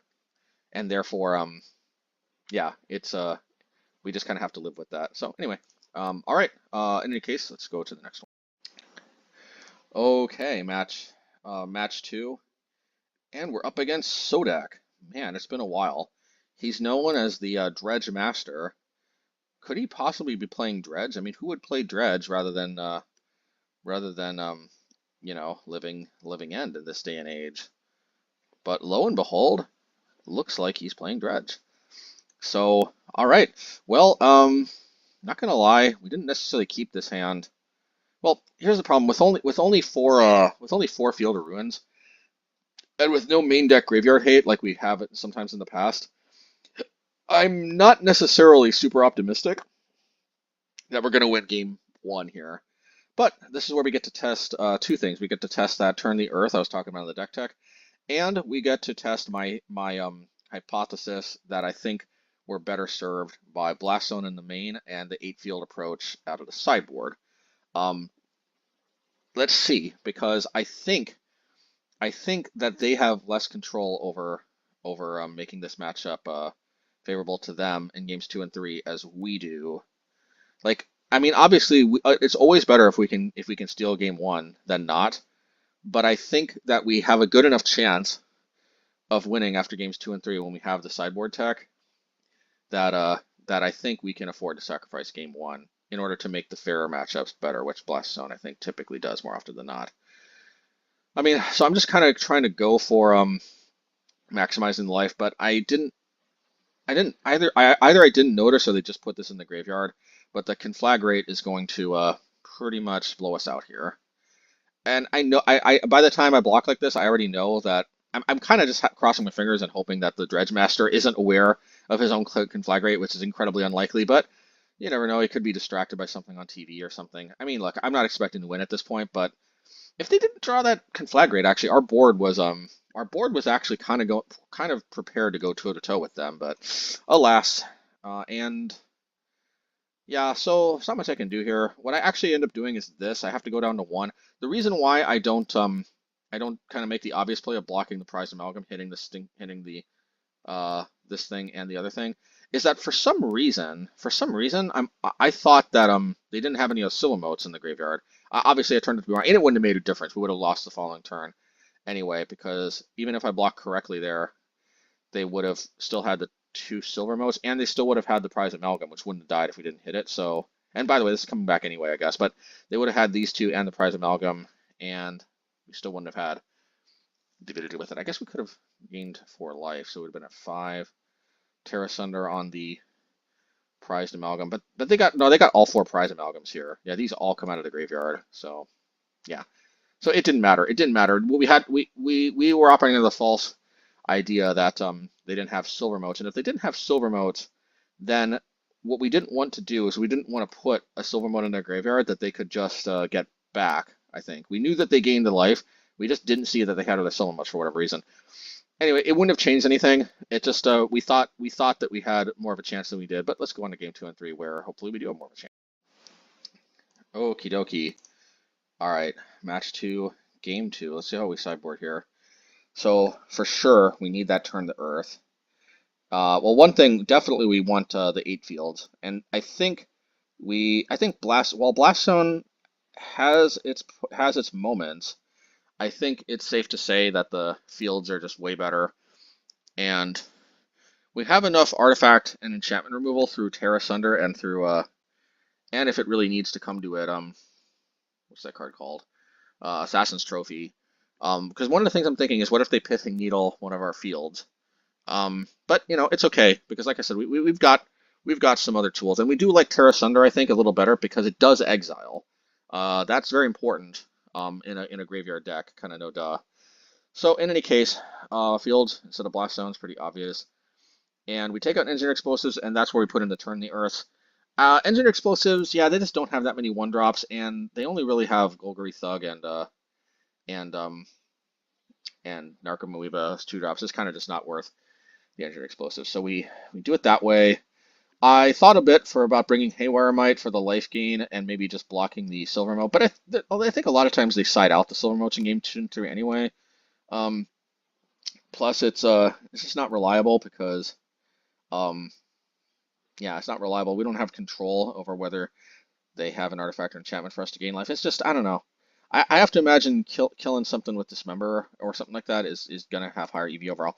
I did give some serious thought to Stonebrain, but it's just too slow, I think. Like hitting, I mean, like in Magical Christmas Land, hitting what do you call it? Prized Amalgam with this, hitting I don't know. Yeah, hitting Creeping Chills. I don't know. I mean, I guess it's mostly Prize Amalgam. To be fair, Prize Amalgam is where most of the muscle of the deck comes from, especially if they take out their Silver Mode ghouls in games 2 and 3. They still got their Oxes, but we can keep that at bay enough because it's only like 1 card and they have to spend mana on it, unlike the Prize Amalgams. So while there is an argument to be made that hitting Prize Amalgam is good enough, and that's probably the main thing we want to hit with Stonebrain, ultimately just having to spend a total of 4 mana seems a little dubious. Of all the cards, though, that I'm seriously considering, I mean, I can definitely see Stonebrain possibly being better than Dismember, because it is a fairly big game to hit Prize Amalgam. I'll probably try in the future, Stonebrain, instead of 3 Dismembers, keep 1 in, because you know, until Wizards gives me a 16-card sideboard, Wizards was taking so long, you know, I have to just take out 3 Dismembers instead of 4. But this time, we're just running Dismember back, so let's see. Ooh, I had to think about this. We do end up keeping, and yeah. Um, I guess I'm just kind of a believer that Mazemind Tome. Oh, also, I was expecting to be on the play, but then they played Gemstone Cavern, so I'm like, well, we probably lost this one, folks. But well, let's see. Um, yeah, my hope was that being on the play plus Sunken Citadel plus Demolition Field, keeping them off base, plus Mazemind Tome maybe hitting me into other stuff. But I do draw another field, so I feel like maybe we got a chance here. Man, if they play Cathartic Reunion or Thrill of Discovery, oh, but they don't. So we might have a chance here because, yeah. So we want to hit that stuff for the Mazemind. We need to scry like nobody's business. But no Silver Mote Ghoul. Oh, no, they do. They have 1 Silver Mote Ghoul. So we are definitely on a clock. Assassin's Trophy is pretty good. Yeah, so we want to play this, and I think, yeah, this is where we do hit the Silver Mote Ghoul. That Dark Blast is unfortunate, but we did save 3 life there, which is a big deal, and we do have a Corsair coming down. Yeah, we were hoping to peel off something from the top. Oof, Silver Mote's coming back. But this is where this incidental life gain plus the 4 toughness of Corsair. I do end up blocking. I actually forgot about their Dark Blast, but as it turns out, yeah, we do have our other Corsair. Oof, this is gonna be close. I'm really sweating it here, and I know I get hit by Dark Blast, but at that point I just would have died if I didn't. Oof. So thankfully I remember here. I can. Ooh. Oh yeah, I have to Tear Assunder. So I go down to 1. Yeah. I thought I was gonna animate the Restless Cottage, but oh, this Turn the Earth is a big deal. Now see, this is actually where that food token comes into play. I was telling you all about. Okay. Now I have to turn the Earth and prevent that from coming back, but I do. I also can hit that, and they're out of lands. You want to wait until they draw because because if they draw a Dredge spell, then we know they don't draw land. But yeah, I'm a little surprised that they double block. I'm not. I think they think it has menace, but it doesn't, unless I'm mistaken. So I'm not sure why they double blocked, but yeah. But you see, this actually uh this is actually where yeah, this Restless Cottage comes in super important. Gives us the ability to close out the game, also gain life to get out of Creeping Chill territory. And man, and against all odds, that looked for sure like we were done for, but we just didn't lose hope. And definitely the MVPs here were Corsair and Corsair, obviously Assassin's Trophy plus the fields because they don't play basic, so pretty good. Everything kind of played its role, but yeah, actually everything kind of came together here and kind of showed its worth. Our Walking Ballista definitely showed its worth. Even though this is a very specific matchup, Walking Ballista did Walking Ballista things. No matter what the matchup, Walking Ballista's ability to do stuff like that is why it's in the deck. And of course, Restless Cottage, just while not being busted or anything, just actually honestly being kind of one of the better manlands they printed recently. Yeah, it's good. Okay, match two, game three. Uh, so the Dismembers actually come out. So actually, what happens in game three is I actually go to 28 lands, and yeah, instead of playing the Stone Brains, I play the Blast Zones and the 8 fields. So I actually go up to 28 lands. I actually think I'm kind of on board with this actually. So I kind of I changed my mind, and I think one of the things I was thinking was, you know, man, that life gain from Corsair turned out to be super important. I think a lot of times we're gonna win or lose by just like 1 or 2 life points. Um, so actually, I felt like, man, and Blackstone does have utility, so I'm like, yeah, why don't we go up to 28 lands? If nothing else, we gain more life off of Corsair. So that's my thinking, and honestly, I don't think it's flawed. Um, so, oh, we got Turn the Earth, man. I would like some fields here, but man, beggars can't be choosers. And the thing I like about Turn the Earth, they can't Pithing Needle it. They can't play uh Portable Hole on it. Um, to my knowledge, they don't play counterspells. But if they do play either a counterspell or a discard spell like Thoughtseize, we do still gain the advantage from Flashback. So I'm actually kind of liking this. Now their hand does look kind of slow, so yeah, so there's that. Okay, so the Thrilling Discovery, but let's see, because we do have, I mean, 3 cards is a lot. So we hit the Narcomoeba, and yeah, and we hit the Ox Orgonis, and there was something else there we hit. You can notice, you can go back to see with more detail.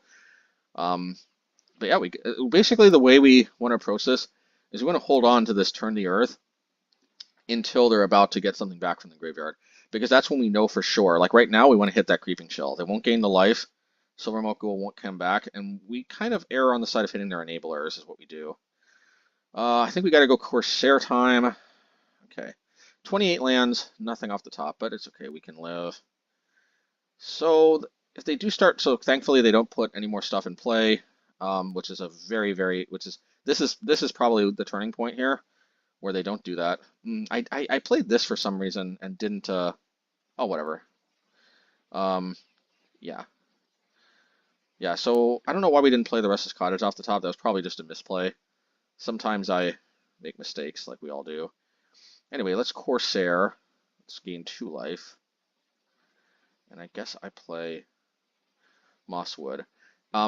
Just looking at the board state the way it is, I feel like the best defense is a good offense. Because they're at 11 life, and I kind of like making them respect. Because look at this, all these prize amalgams come into play tapped. This is scary, not gonna lie. They have 4 prize amalgams. However, we do gain a metric ton of life here.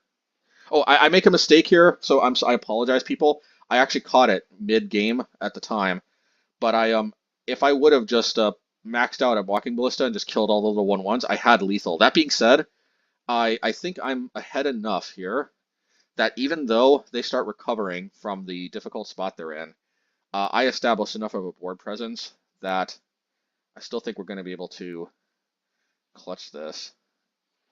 And we definitely want Assassin's Trophy, I think, here. Oh no, I guess not. Yeah, we're just going to take. I mean, we're at 19 life. I think that was kind of playing a little reckless. I see. But that comes into play tap though, I think. Yeah. So we just win here. Yeah, that's so we didn't misplay. We misplayed before, but we thankfully avoided misplaying again. So we just hit one of the prize amalgams. We activate the Restless Cottage. Oh, never mind. Sorry, we hit that. Yeah, we hit that. We attack for lethal, and there you go. So, oh man, yeah, man, we're at 5 minutes on the clock. Sodek was playing way faster than us, but like we had to think very carefully about all of that, and we still. I think I was starting to feel the pressure actually a bit on the clock right there. So I missed that we had lethal, but thankfully we picked up the ball we left off. I'm not sure if Sodek's said anything. No, well, GG Sodek. Uh, Sorry that this time Dredge didn't make its comeback, but I am curious to see if Dredge has still got it. These were good games. I'm very satisfied with how Turn to Earth played there. It's not a permanent solution, but then again, none of the relics, Stone of Eric, um, none of the Graveyard Hate we basically ever played, other than like Rest in Peace or Leyline of the Void or something. We almost all the Graveyard Hate we've always ever played against Dredge has always been the type where they can potentially recover from, but that it hits them for relatively cheap and it hits a good amount of their graveyard. And I'm very satisfied with Turn the Earth. The life, like even though this isn't burn, actually the life gain was super relevant, but the flashback was a lifesaver. I don't know. This could just be an unusually good showing. It is possible on average that a card like Stone of Eric might be better, but it was a very good showing. It was a very good showing for Turn the Earth. And again, I like that Turn the Earth is just as much of a anti-burn card as it is an anti-graveyard card, and even has some perhaps mill applications because of the shuffling in. Uh, Shuffling in 6 cards for 3 mana is not that great against mill, but it's something. So that's also something to factor in. Turn the Earth, man. I don't know. Maybe this is another MHayashi card that I kind of dig out of the MTGO database, and I'm like, oh hey, let's go.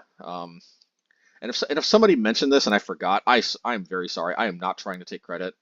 Uh, I honestly am losing track sometimes of all the cards people recommend. I don't remember anybody recommending this, but if you did, it went into my subconscious, and unfortunately I forgot. If you remember recommending it, anybody who's watching this is like, no, I recommended it. In any case, in any case, you know, um, I am glad in how this card turned out, whether I found it or whether somebody else recommended it. Um, I I I like it.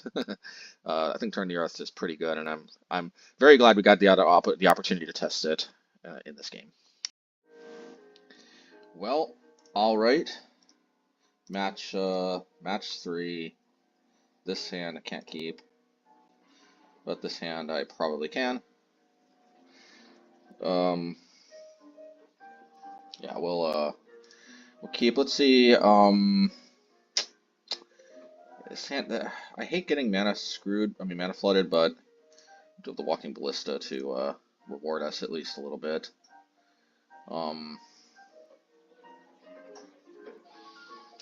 Yep.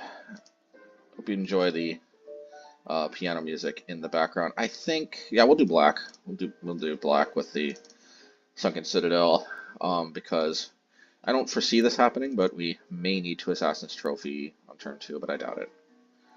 Oh no. Well, man, I really wish I didn't put that other Engineer Explosives to the bottom. Well, I don't think we're gonna have anything better to do, so let's just do this now. And I guess we'll get green. We don't really need that many black sources. And we may need double green if we draw what's it called? Corsair. Okay. Okay, so probably an incoming tap.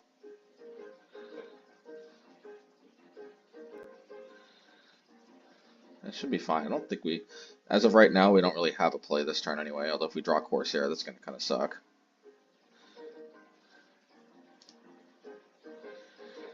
Yeah. Maybe I should check the usernames, although I've seen this player before, Spice and Wolf Halo, and oh, they did draw Corsair, go figure. Yeah, they weren't playing Rhinos last time, so let me look them up real quick.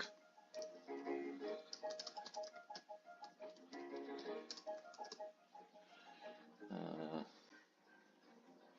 oh, they seem to be a fairly famous YouTuber, I guess. I seen this player around. Yeah, I think they were playing an Elementals deck last time. I don't I don't see any Rhinos. Um,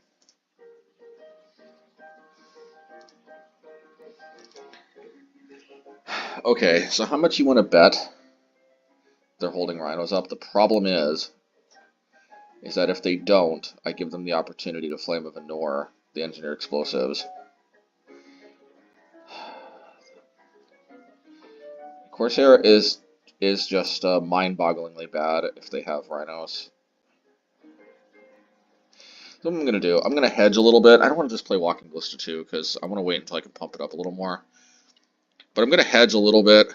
I can Assassin's Trophy one of these things if they do have, as I suspect, some Rhinos. I just can't confirm for sure, and even if they did, they could just wait on it. But there's another advantage here too. And I wonder if I should just go for an extremely high upside sort of play and just take the hit and then wait for the other footfalls to come down. It's super high risky, but realistically, I don't see myself being able to beat Rhinos unless I take a high risk play like that. Should I do it or should I?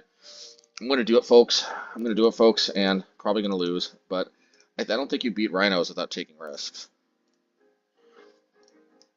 So I'm not going to be cute. No, I will be a little cute just because I may want to play Corsair. Probably will want to play Corsair. That resolved. That was a. Actually, I don't want to play Corsair, and I'll explain why. Because I don't want to Flame of Anor in response to me playing it while I'm tapped out.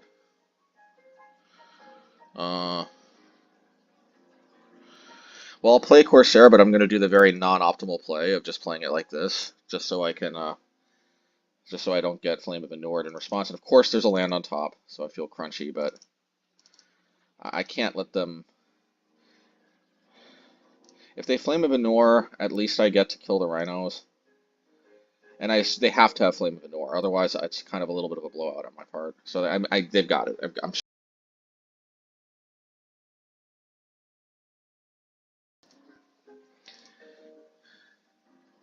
or worse, they've got Tishana's Tidebinder.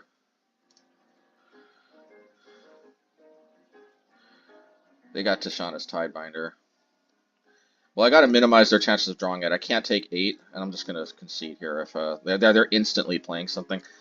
Man, I fucking hate Rhinos, dude. Like, why? It doesn't need this stupid Tishana's Tidebinder. For some reason, though, Rhinos does not seem to be dominating. I don't know why. None of my fucking decks can beat it. It's okay, whatever. This is the thing, though, that pisses me off about the grief and Fury ban discussion, though. Like, why are people only pissed about you know why? It's because people play counterspell decks. My blue deck actually demolished I shouldn't say demolished, actually, it was surprisingly close. But I did beat, I think I've had the most success beating Rhinos with my blue deck, which I play the least, probably.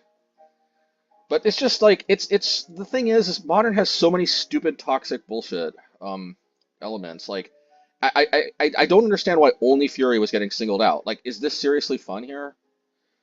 Anyway, rant over. Um, oh yeah, give me.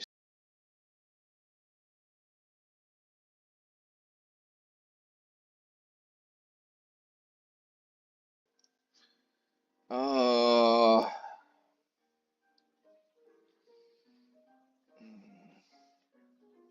God, I'm just trying to play some interesting interactive Magic, and this is just not not it at all. Like your deck needs to be filled with ways to interact with Crashing Footfalls, and the only decks I'm aware that do that are decks with a lot of counter spells. Like your deck would need like even like 8 of these engineer explosives in my experience doesn't do good enough. Your deck needs to be filled with them. I hate this shit. Like this is stifling modern too, isn't it? This fucking crashing footfalls. Like, I mean, I guess not because I guess my deck still beats other decks. I don't know, man. But like, can't 5-color humans beat decks other than Fury? Maybe not. See, that's the thing. It was never Fury's fault then because there's a ton of non-Fury decks, and apparently humans can't beat those decks either because you can afford to have like just a handful of bad matchups. Um, all right. Anyway, this is the one matchup where I seriously consider just quitting and just moving up to the next match. It's just such a combination of bullshit, stupidity, and lack of fun. And yeah, I'm gonna do land. It's a tap land. I want to play that now, and it is a tap land. Um, Green. I got more green than I do black, but none of this matters anyway. This is so annoying. Hate this nonsense. Okay.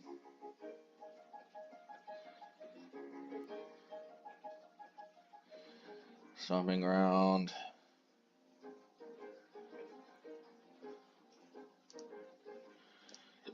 Oh, and this is the main thing, the stupid instant speed.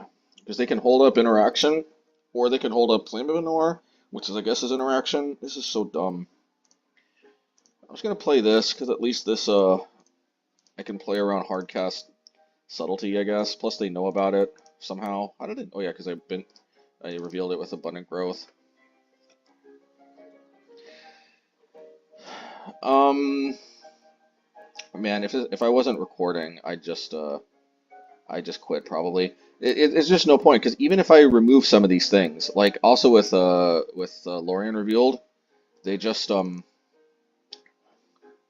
reveal card. They just draw 3 cards pretty easily. Flame of Anor also, especially if they have Tasana's Tidebinder or Mutavault. They have so much card advantage. Like this deck's biggest weaknesses is just clunky. But the only decks that can really capitalize on that are either super fast aggro, which I guess super fast aggro can punish this deck because it doesn't have Fear anymore, which was kind of necessary, I think, to really clean that up. Well, I'm not super fast aggro, so little consolation prize that is for me. And Spice and Wolf Halo seems to think this is perfectly legitimate to jam despite super fast aggro. They've got and also this is some bullshit right here. I don't know why. Who thinks this is a good idea? Well, let's try to go for another one of these, shall we? Yeah, let's go for it. Oh, actually, I guess we already know we're getting Assassin's Trophy here.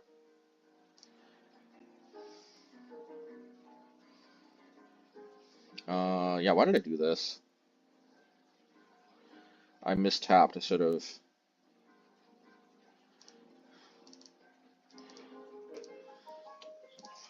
I guess.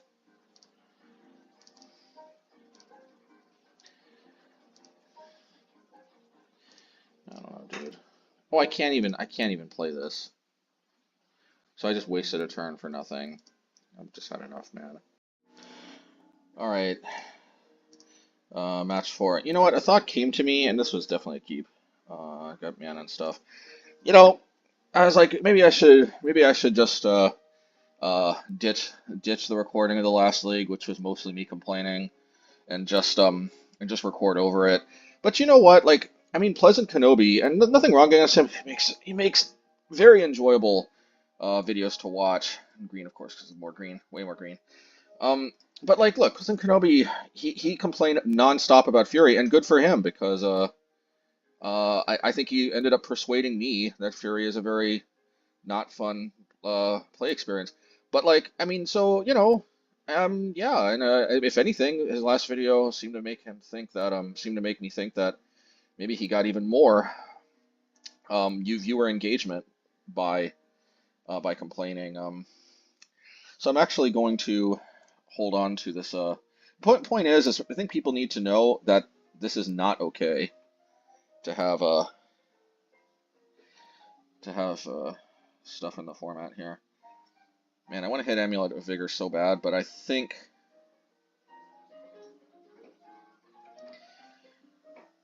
I actually kind of want them to copy this, but I don't want them to go too wild. I think I have to play this out.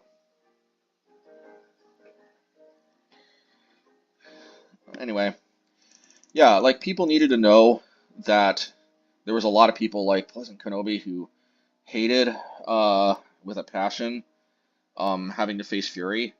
So yeah, I mean people need to know I hate with a passion having to face Rhinos. I think Rhinos is bullshit and yeah, I mean like if you disagree, fine. I disagreed. I used to disagree with Pleasant Kenobi, I think still green, about the you know, I disagreed. I used to disagree with him that Fury was unfun, or that warranted a ban. He ended up convincing me, and apparently Wizards as well. Maybe you'll end up changing your mind if you disagree with him. Maybe not, but at the end of the day, please copy that amulet. Please copy that amulet. Yes. All right. Engineer explosive time. This is kind of what we were trying to bait in a way. At least I think I've got an A-OK amulet matchup. Let's do it. Let's do it, baby. All right. Well, I mean, you know, the game's not over, but these Tear Assunders definitely do work, so that is good. Okay. Fortunately, I don't have the full fund of fields here. Well, I can't cycle these, so I guess I might as well just get to work on the old just go in aggro a little bit.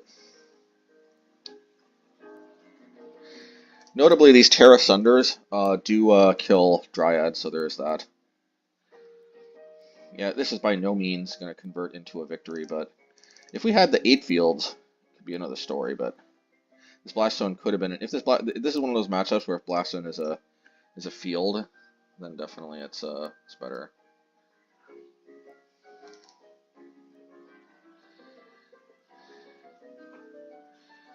Alright.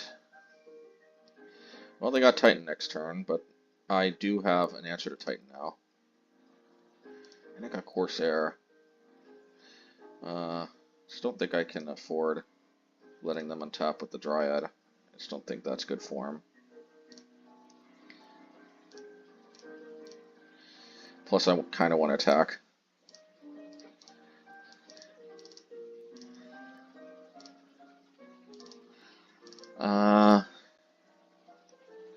I'm gonna draw a card. I kind of feel like I need more stuff, slightly more. So I kind of hope. Yeah, they got 6 mana though.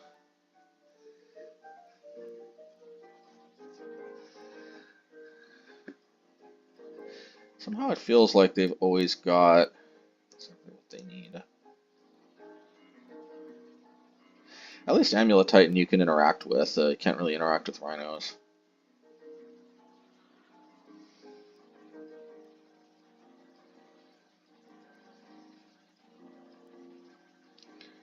So my decision of playing Blaststone in the main deck, more fields in the sideboard. Not paying off in this matchup. This could have gone a long way, keeping them off of Titan more if this was a field. But I think there's more matchups where I want Blaststone in the main, and I actually think we need to win. I think in game 1 those matchups where Blaststone is better more desperately than we need. I think we can afford to lose game 1 more often against Titan. Ironically, I have had a pretty good string of success, at least recently. Beating Amulet Titan, that could, of course, come to an end this league, but let's see. But yeah, but yeah, the thing I don't like about Rhinos is it's just too polarizing. Seriously, what deck that doesn't have a lot of counter spells like actually has a you know, a good matchup against Rhinos, or at least a decent matchup. My understanding is that it did tend to clobber Rakdos Scam. Rakdos Scam, though, admittedly, did have a little more success scamming win, so to speak, against Rhinos back before Fury was banned, because of its ability to just get the ball rolling and such. Okay.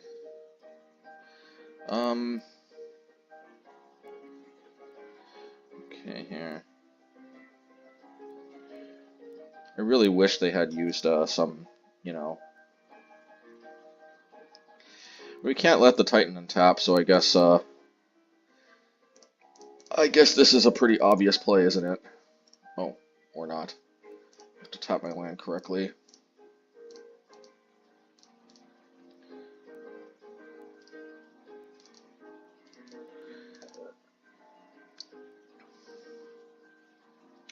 But I think they've kind of they probably turned the corner here.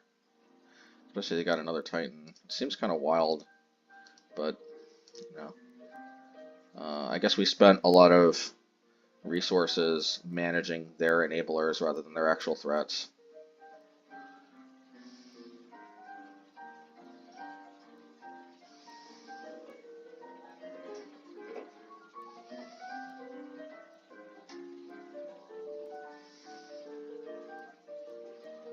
Map, okay.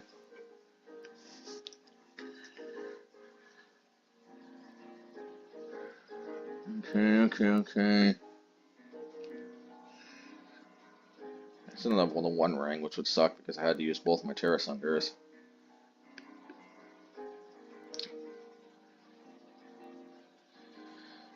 It's going to take some miracle to beat this without the 8 fields in the main. So, let's see here.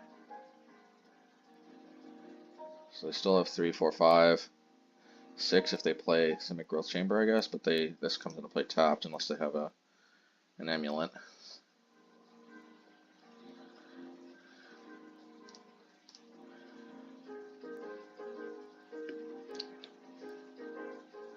Okay, so now they're going to transmute, I assume.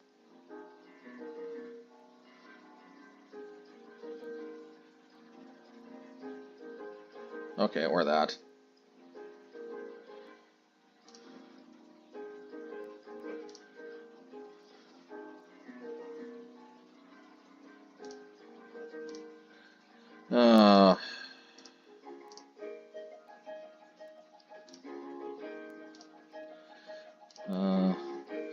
So I could actually engineer explosives and hit. Part of me wants to play Corsair so bad, but the other part of me, I think, realizes that so they can transmute, get a Titan. Yeah, I need to actually hold up. I need to hold up Blast Zone to take care of the Amulet so that the Titan can't attack.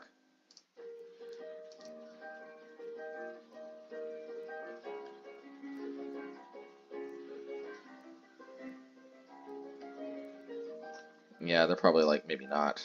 So I got a pretty decent answer. Maybe I should have just played Engineer Explosives. I don't know. Yeah, maybe yeah, that's fine.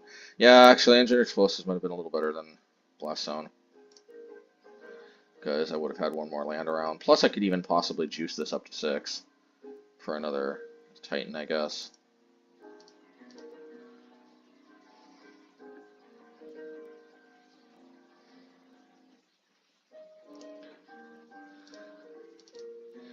Alright. Okay, so they played Colossus, I guess. Well, we definitely don't want that Amulet untapping things. Wish I had Dismember, but unfortunately I can't kill this now. And probably it's going to be out of kill range for the foreseeable future now. I've seen way more lethal hits.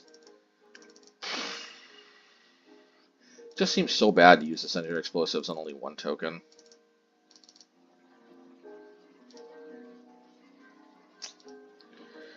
Alright, so I guess I'm in desperation mode here. Gotta do gotta do this.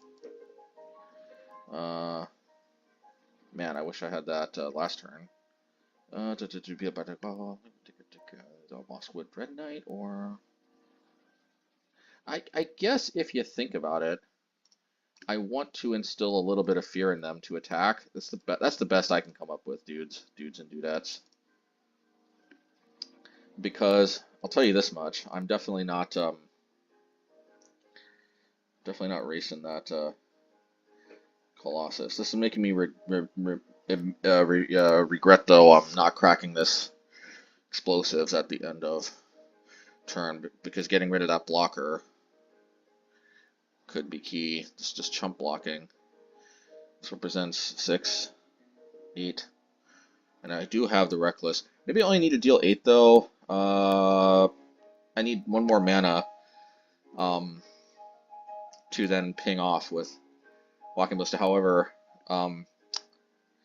let's see, actually, Restless Cottage. If I draw more mana, I might be able to clear that attack with Restless Cottage, because 2, 3, 4. 2, 3, 4, yeah. So because of the Sunken Citadel, I can activate the Restless Cottage for 1 mana less. So there is that. I also do have this Dismember coming off the top, so I guess there's that as well. Okay, there goes all of those plans. Hey, yeah, freaking the One Ring.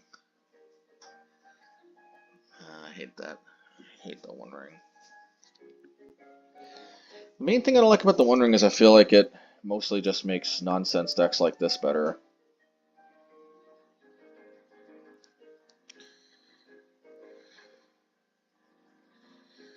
Alrighty, come on. I want to play Mazemind Tome, and I want to push this to the bottom, see if we can hit a land off the top. Nope. Well, I guess I'm all in on...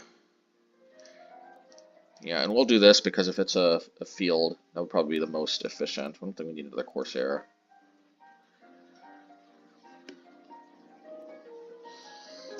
Let's go.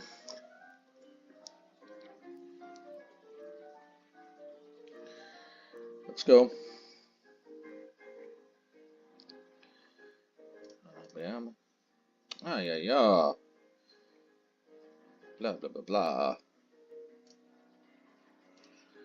I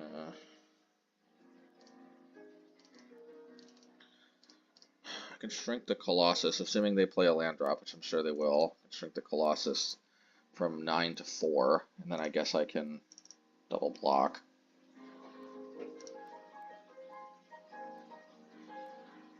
Probably just taking and trying to counterattack would be better, I guess, but they'll probably have another Titan by now. At least I got the Dismember, so I can have to dismember that junk, but then so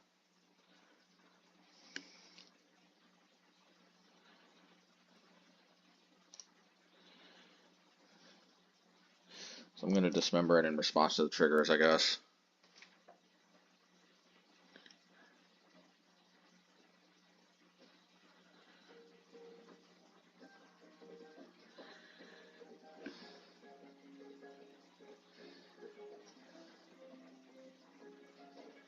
Well, there's very little downside to me killing that. I think that's the only way I survive.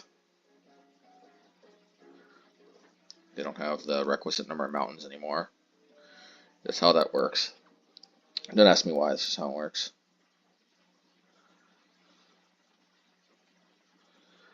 Alright, Primal Titan now has haste.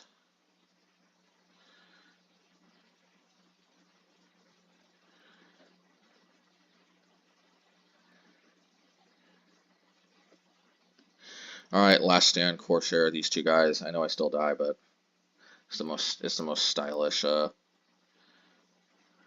to go, I guess. For Sparta!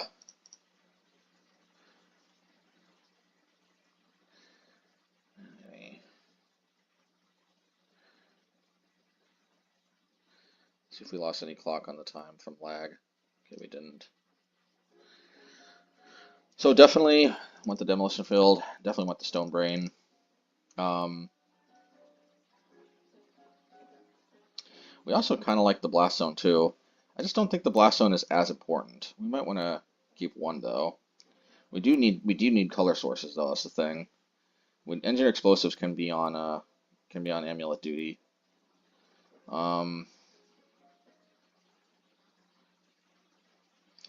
Like the way Abundant Harvest can go hit our fields more consistently. That's good. Tear Assunder, Assassin's Trophy, Mazemind Tome. I think Walking Ballista is pretty weak. I mean, it can help us sometimes. Maybe we want one Walking Ballista just for that little bit of X factor for reach. Now, what are the odds? The odds I think. What are the odds Blast Zone makes a difference too? Probably way more. I think we want that one Blast Zone over the Walking Ballista. Everything else is just better, but Walking Ballista does have a little bit of an X factor in that sometimes their ring can reduce their life total. Yeah. We've got 2 fields and an Abundant Growth and a Sunken Citadel. We're a little more floody than I would ideally like, but I think that we still can't complain, in my opinion at least. If you want to complain, that's fine. Boom, Boreal Grazer, Castant Lattice. So let me think here. What's the best course of action? Could also play just Mazemind Tome. Playing Restless Cottage. Abundant Harvest. Yeah, let's Abundant Harvest. Land. Another field. That's kind of exactly what we wanted. Yeah, we'll play that. An argument could be made the Mazemind Tome, but I just really want to minimize getting screwed over with tap land issues. Spelunking. Yeah, this doesn't give us an opportunity to respond, which is kind of a problem. At least we have some Titan, some anti-Titan tech. Demolition Field. So here's what I think we start doing. I think we want to hit the Slayer's Stronghold. They haven't presented any better targets here, but that is going to take haste offline. Yeah, green. Mazemind Tome. You're past the turn. Channeling Saffron Olive. But yeah. Let's see here. Yeah, Spelunking is a little frustrating because I can't hit it with the fields in response. We'll just play a slightly fairer kind of game. So, see if they have some other way to put something into play.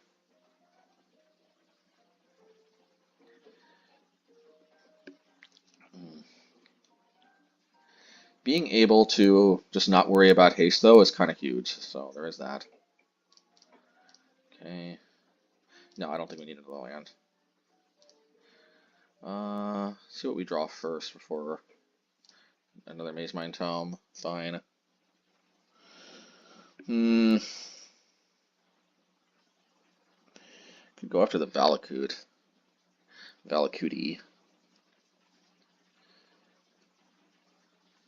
I mean, what's the downside, right?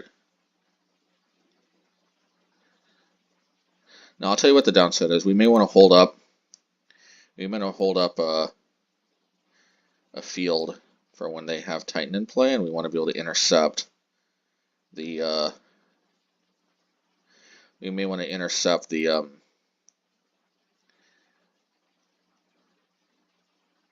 That channel land. I forget what it's called. Talaria West.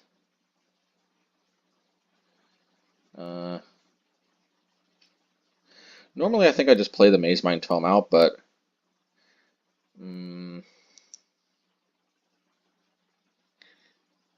Yeah, I'll play the Mazemind Tome out. I think this has got to be better.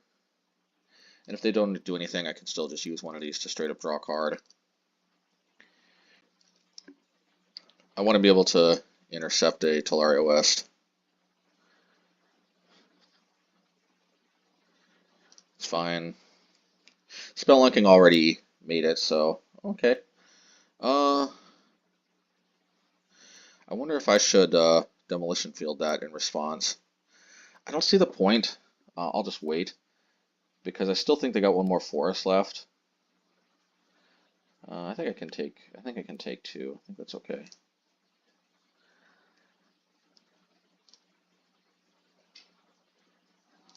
All right, maybe I'll just draw a card.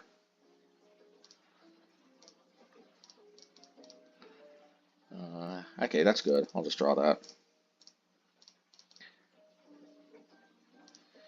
I think. Do I want to pay 4 life? I mean, drawing a bunch of cards is pretty sweet. I think my general rule is I decide to scry into turn. Could be a bad rule there. Well, let's do this here before things get out of hand.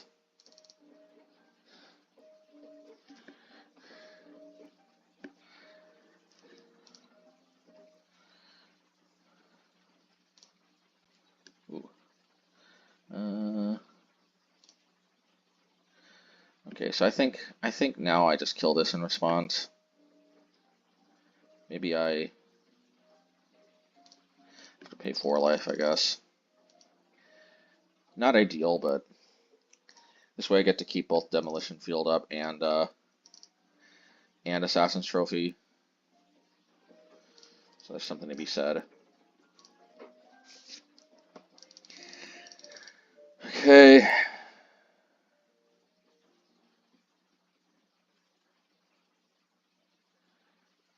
Alright, that's fine. I don't think it was worth it to try to keep them color screwed off at Titan forever. Although maybe it was.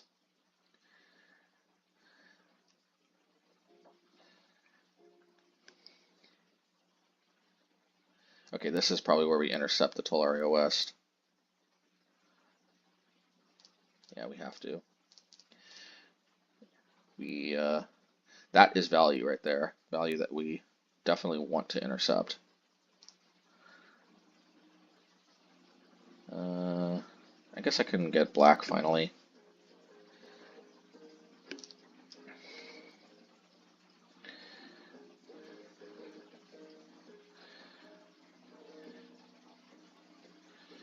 Okay.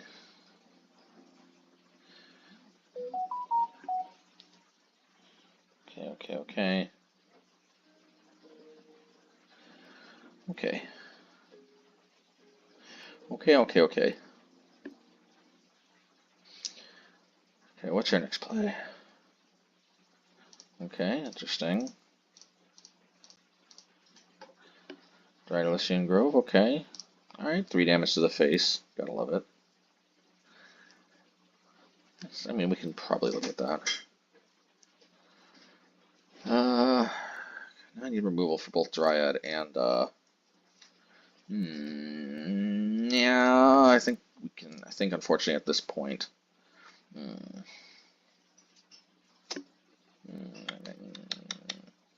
no, I think we have to hope for better. Okay, my usual rule, draw a card. Hope it's not a forest.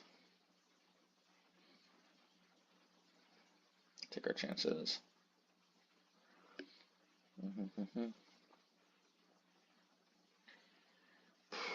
We did put some good cards to the bottom, but they just weren't cards that we needed right now, if you know what I mean. Talk about cards we did. I wonder if they took their amulets out.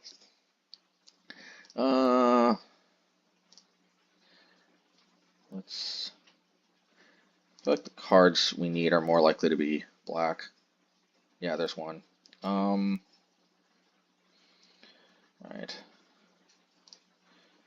So yeah, we dismember this. Yeah, let's do it.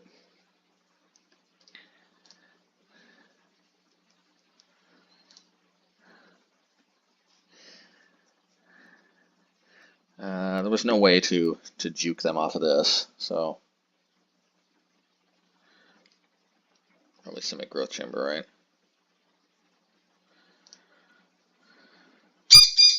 Oh, baby! Alright. Uh-oh. Baby is... Oh, okay, let me see.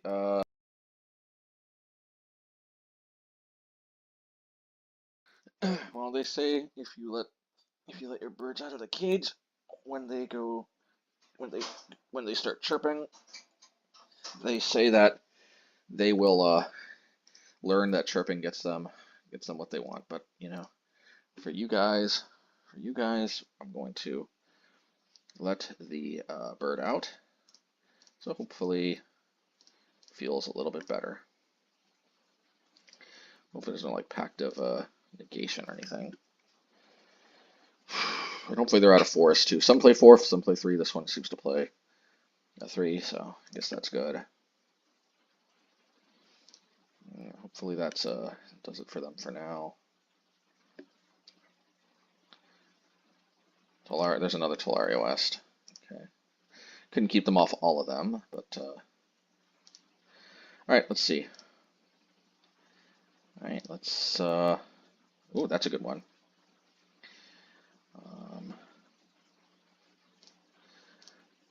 Let's do this. See what we draw here. I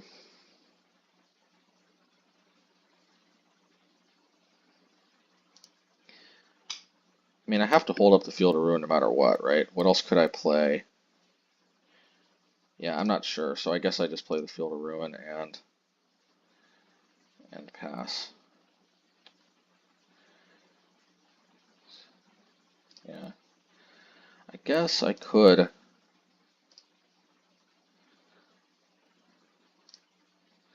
No, I'll just pass.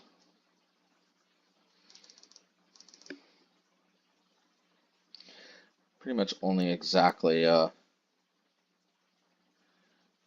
what's that card? Abundant Harvest. Oh, they just naturally do a Titan? Oh, that's always nice. Sometimes they seem to be drawing quite well, if I do say so myself. We didn't even use that Summoner's Pact.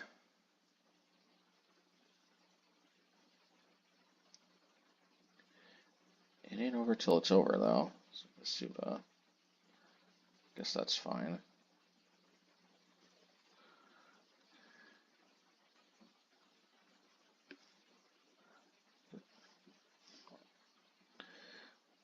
Okay.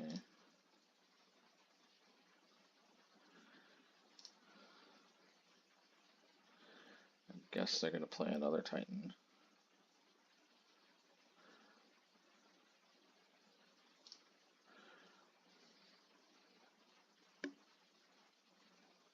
I do think it's in the realm of possibilities for me to draw a removal here, but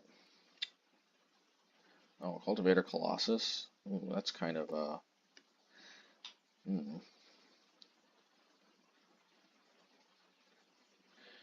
Well, I guess now I have no choice. I have to do this, I guess. Oh man.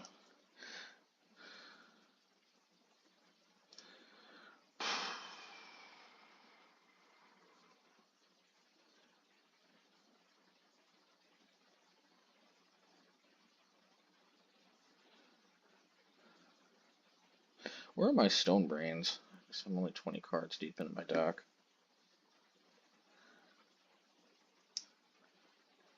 I don't necessarily have a ton of card draw or anything to go find my cards more consistently, but I still feel like 3 cards should be enough to see it, but unfortunately I don't.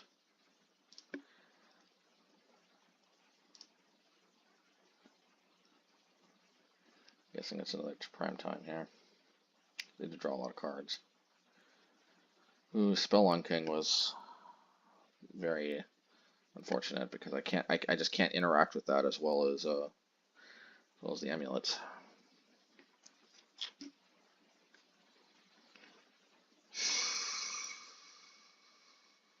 Damn it, man.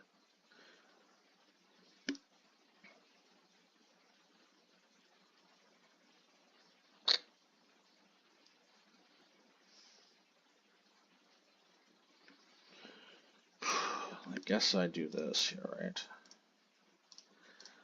It's about as much as I can do. Maybe prevent them from playing the One Ring, I guess. In response to the... Well, there's their first amulet. Okay, there's their second amulet. Well, I need kind of something big here. I don't know if that qualifies as something big. Oh, these engineering explosives just did nothing this game. Oh yeah. Alright, match 5. So, shit, man. No, actually, because of Abundant Harvest, I'll keep. I think one takeaway from the last match is maybe I should have gone after the lands. The problem is that stupid spelunking. Because of the way it's worded, it doesn't actually let you interact before the land untaps, which is frustrating.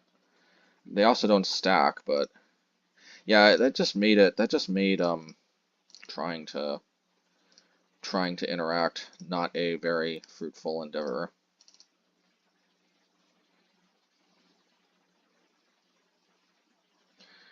Alright, Tron, once again, feeling kind of bad I don't have the 8 fields. I think our best chance here. Well, actually, I don't even actually have black, so I don't have the choice to cycle this or to play it. So,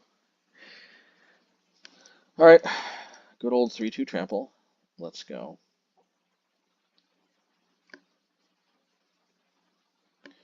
Okay, they needed a draw card. Respectable. Expedition map. I'm gonna risk it. I just need to hit my land drops. Okay. So, yeah, the choice is clear. We have to do this, or we probably just lose. And that's assuming they don't just have natural Tron, but gotta play to our outs, right?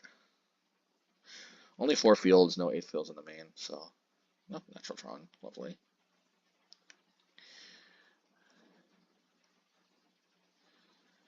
Alright, One Ring. We do have another answer at least, so there's that.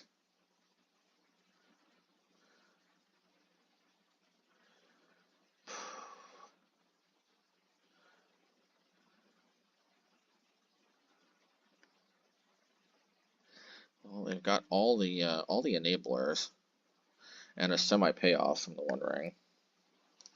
My land drop. Damn it, man. So I hate having to choose between going after the ring. So what I'm actually going to do is I'm going to Dead Whispers, and the reason is, folks, is if I don't hit my land drops, I just lose. So I did, and this also makes my choice, much easier as to which one I do. I have to just hope that we don't eat like an Urlamog or something. A Sundering Titan is absolutely backbreaking too.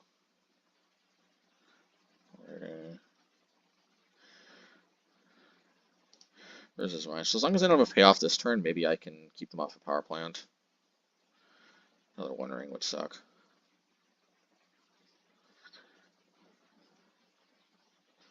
Dismember. Okay. Oh, Dismember into Cycle Relic. Could be respectable. Ready?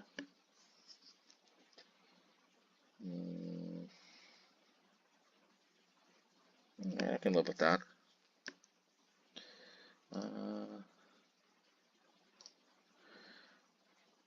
Okay, so we're probably going to be in for a long, drawn-out game, but I think.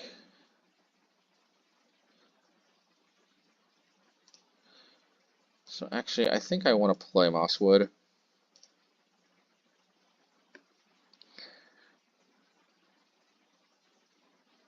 Yeah, because I think it's actually kind of disadvantageous for them to attack into this.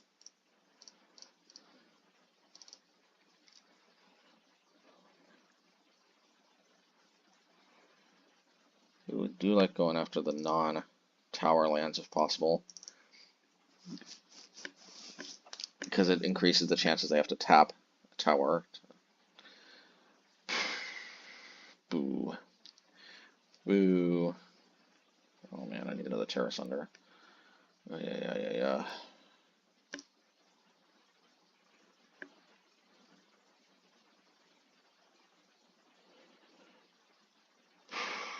Well, let's see if my theory turns out to be correct. That okay? Well, we'll definitely block here. Can't attack, so might as well.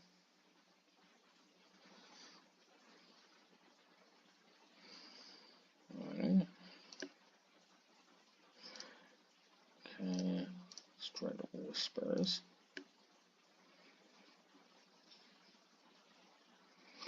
It's Abundant Harvest, because why not? Land, of course. Alright, well, we can't rescue our beloved Mosswood Dreadknight.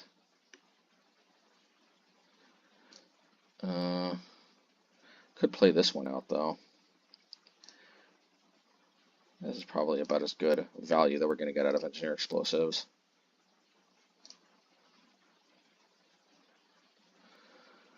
We don't want them gaining life, since now with the One Ring, that obviously is a thing.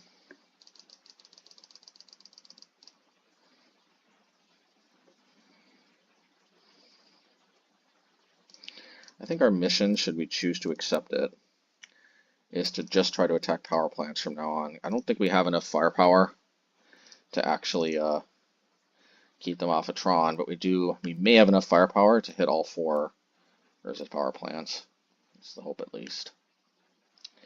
But if they drop power plant into Erlemog, then it's pretty much game over. That's the problem. I just have to hope they don't have Erlemog. I just don't think we got the firepower to. Plus I just have a general rule that I don't want to hit towers. That's just how it works, folks. It's going to be super tempting, though, to hit the tower if they don't play a power plant here. Never mind. I just can't hit the tower, especially not when they got 2 of them. I gotta save my stuff for. Okay. Let's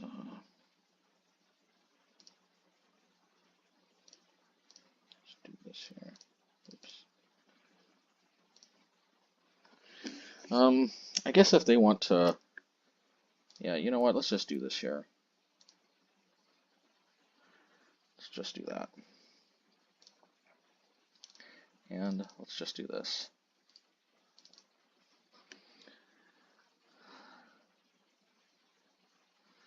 I want to be ahead on the clock, ideally, if possible, too.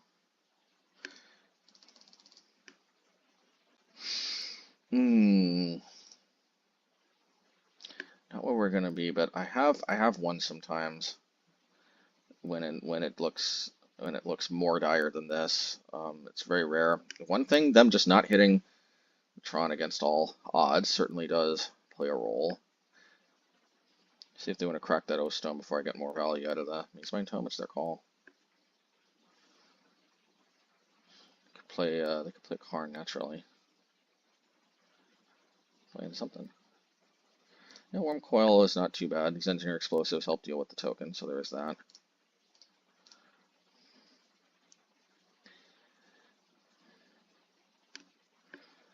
Alrighty. Okay. Walking Ballista could actually be helpful.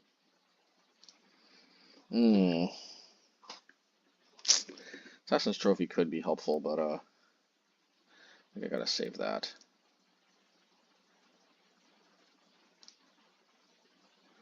Let's just do this here. Yeah, not my first choice, but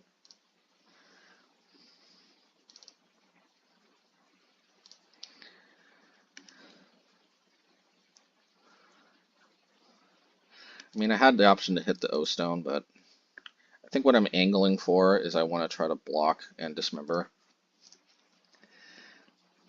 I think that makes the most sense.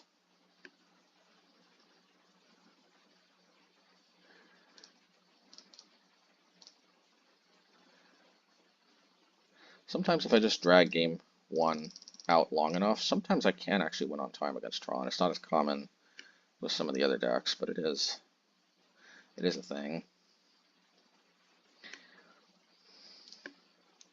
And I know it's Death Touch, but that's fine. I'll take a trade. In fact, there's a part of me that even prefers the trade.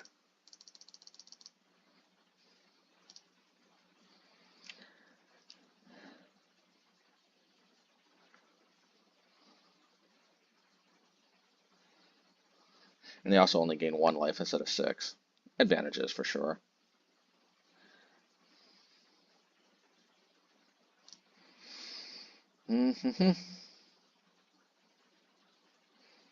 Alright, well there's Tron. But there's no we just have to hope they don't have Erlemog, and if they do, somehow hope that we can Tear Assunder it. But but at the end of the day, I'm sticking by my guns. I want to try to hit these power plants. I think it's the only way.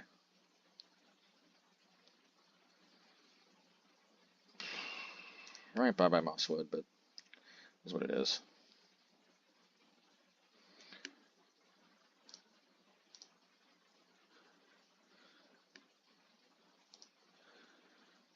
Alrighty. Please not Erlemog. Okay, that's not Erlemog. Okay, I can live with that. May end up having to Assassin's Trophy that. Okay, what are they getting?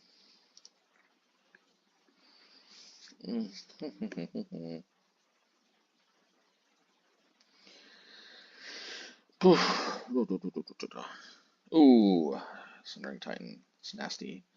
I don't think I can play it this turn though. So I'm missing something. That's nasty. It's nasty. Okay, one ring. Okay, I can dig it. I can dig it.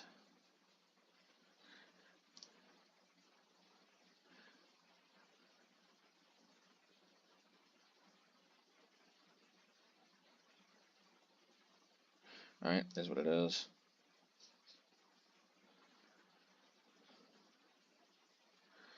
Let's see, 5, 6, 7. I could. No, I just have to.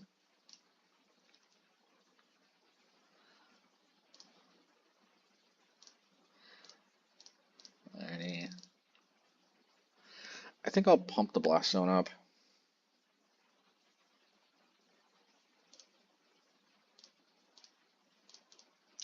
There's just almost no benefit to being on 1.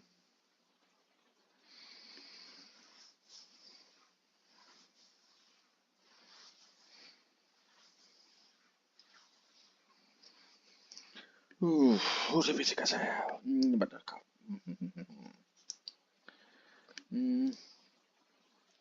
Alright, that's kind of cool, I guess. Alright, so we gotta hit this.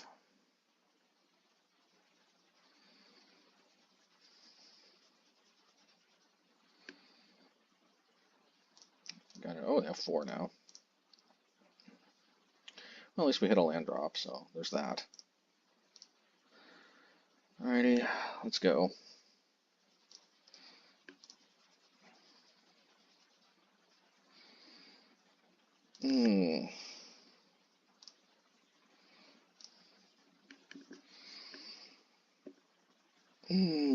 Bye-bye basic swamp, and 1 basic forest, for that matter.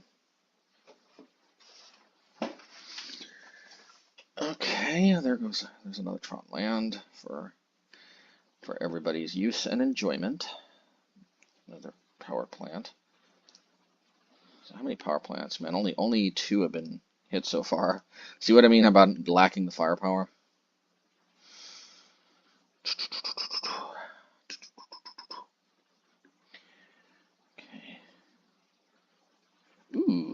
Sassy. That was a little more sassy than the Sundering Titan I was expecting. Maybe double Dismember will be my jazz. I guess we'll just have to see. Tear Assunder maybe too. 4, 5, 6. Maybe they have another Worm Coil. We shall see.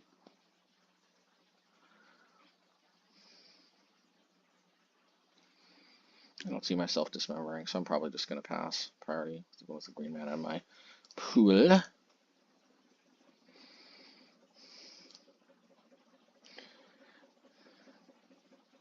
I guess if nothing else, not dying in one hit to Ulamog next turn counts for something, so I guess I'll do that. Yep, they're closer to decking probably than losing on life at this point. Expedition map.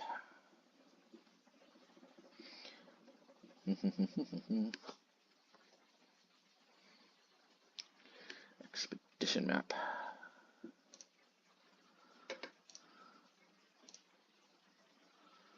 Expedition map. Okay, dokie.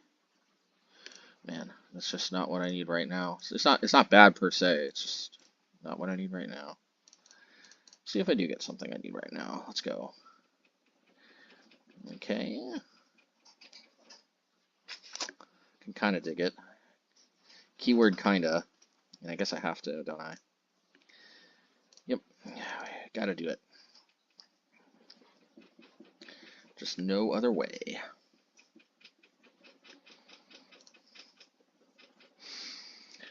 Alright. Let's see. 1, 2, 3, 4, 5, 6. Oh, yeah, so they got 9 mana. And there comes another. I guess, is this the last power plant? I guess we are on their last power plant, right? So there's that.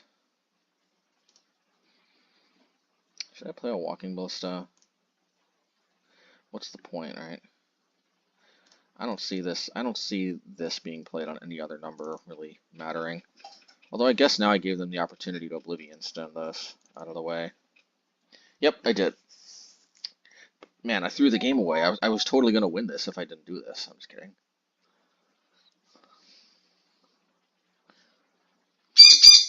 Oh no! Oh no! I thought we played with. I thought my play was sufficient. But the bird is judging me, saying, not good enough.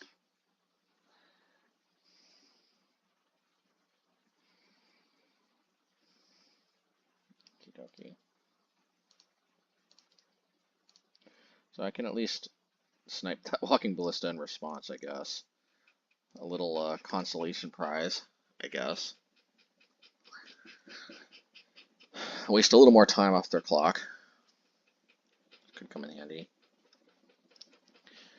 We basically face no real fair decks this league. Dredge, what was the first one? I guess the first one was kind of fair. Can't remember the first one though for some reason. So let's see if all my Tear Assunders got exiled. Yeah. I'm not gonna concede until their turn regardless, so I'm gonna let them have a few more triggers, all that good stuff. Well, I did draw my Tear Assunder. I have no black mana though, so that's kind of an issue. But here's the plan. I can at least Tear Assunder the Sundering Titan, at least Dismember the Ulamog, and then at least make it so that I die on my upkeep instead of in their combat step. Yeah, I mean little things, right? Little things. Little things, you know?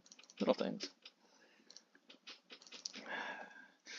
At least I have the ability to amuse myself, you know, in these matchups, to a greater extent than I do against Rhinos. So like even though this is like not particularly an amazing experience for me, it is just fundamentally kind of more amusing. It's just fundamentally more amusing here to oh, no, I'm gonna go down to 3 because I don't actually have enough mana. I thought I was gonna go down. Nah, no, I didn't have enough. I forced another trigger, I guess. All right, So long, cruel world, I didn't get to live until my upkeep, but at least I can amuse myself by trying to find lines to prolong the game as long as possible. Like that's the thing. If it keeps your spirit up, like actually, go for it. Like at the end of the day, it's the opponent's fault for not playing a deck that can kill faster. Like it's not your fault. But like time is absolutely a resource, and it also helps keep your morale high. Just enjoy the game for what it is, and if you can't win, just try to take the lines that prolong the game as long as possible. Like it's literally that's. I don't want to hear it from anybody. Like it's as between playing fucking Tron and that. That is that is a uh perfectly legitimate approach. Certainly more legitimate than playing Tron itself, in my humble opinion. I got nothing against players who play Tron. I got something against players who play Tron and then complain about me um, forcing them to actually kill me, you know, and forcing them to have to do it in a timely fashion.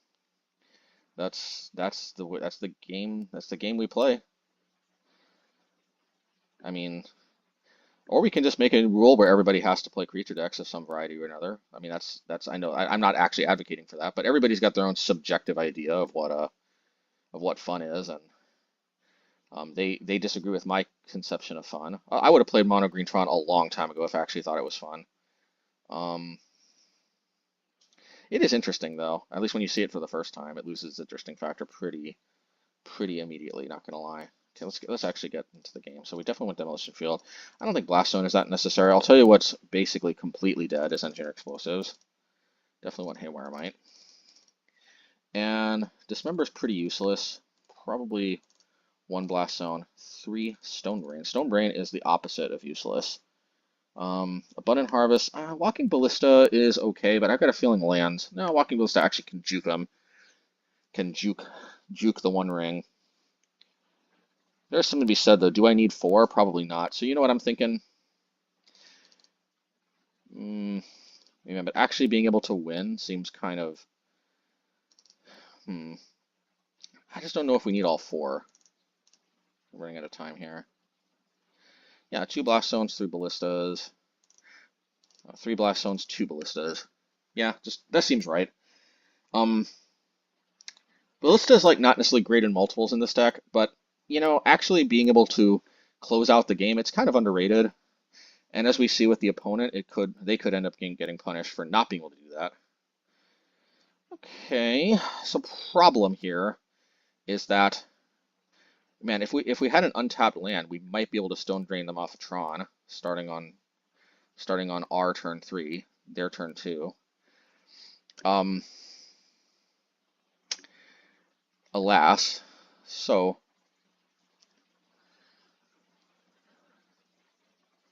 should we play Citadel or Restless Cottage? Restless Cottage could be better. I don't think we need two Stone Brains. I just don't. I have to imagine Sunken Citadel is better, but this could easily be where we throw the game. The one advantage to Cottage is it allows me to Assassin's Trophy turn 2 if I draw a colorless land. However, this allows me to Field of Ruin if I draw Field of Ruin. All right, well let's get land here. This was most likely what we're going to end up doing anyway. All right, there's that. So we're trying to go for the classic turn 4 Stone Brain.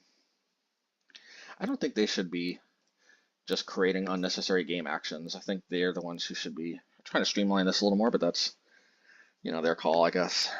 Neither here nor there.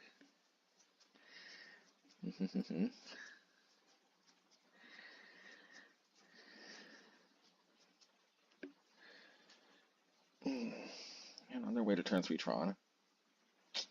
This is making my play what I decide to do next turn a little awkward.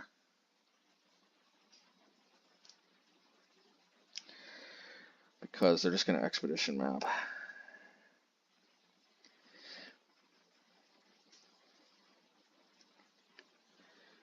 Yeah, it's not that big of a deal, actually.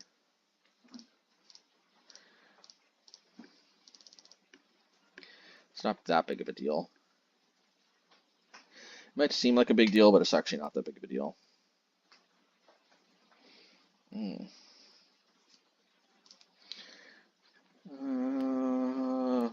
guess this is where I get black mana. And I guess I will draw a card.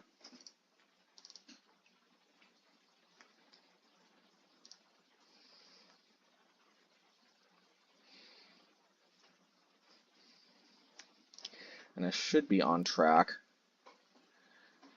to keep them from Tron. They're obviously going to go get a power plant, but then I can name hers as mine, ideally.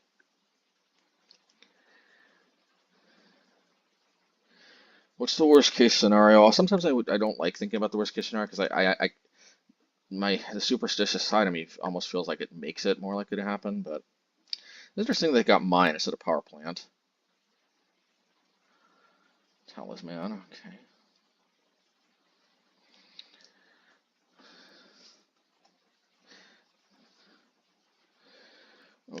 Okay. All right, well, this is where we stone brain. Ow. I almost feel like naming the One Ring, but it's got to be naming a Tron land though. Just taking that off the equation feels like it's got to be. And they got to have power plant in their hand. They just have to.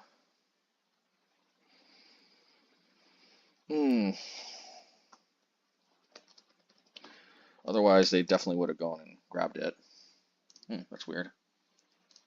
Never would have thought they had a tower in their hand. Okay. Yeah, just in case they have some way to get things back from the graveyard. 2 Worm Coils. Lomaguchin. 1 Karn Liberator. Right. Okie dokie. So at least they don't have Tron for the rest of the game now. It doesn't mean we're out of the woods, but it does mean at least they don't have Tron. Okay, I'm kind of glad they did that instead of Karn, because Karn probably would have had to have used Assassin's Trophy.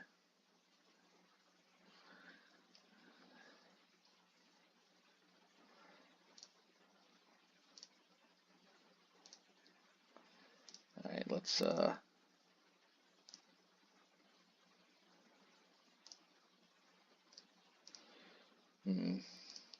like this.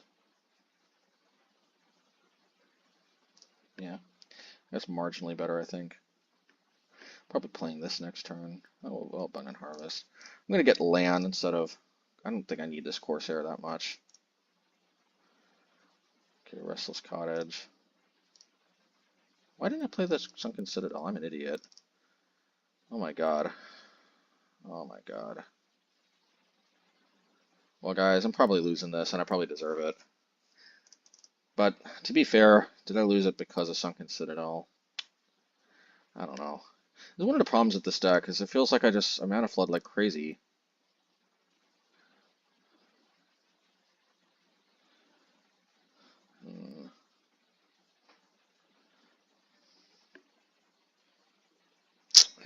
There's just no excuse. I needed to play that Citadel.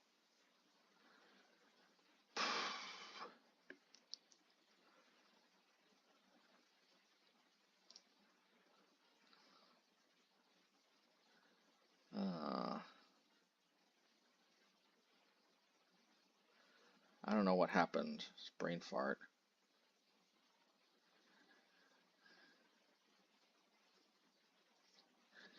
Anyway. Okay, interesting. At least they get very little, if any, value out of that, I guess.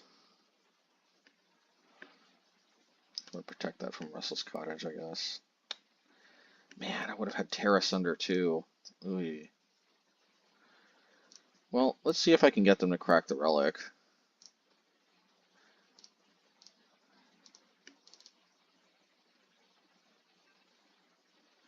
I assume this is why they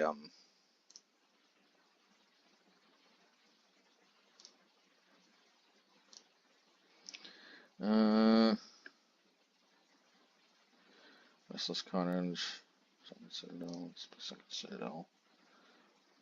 Let's play green, I guess.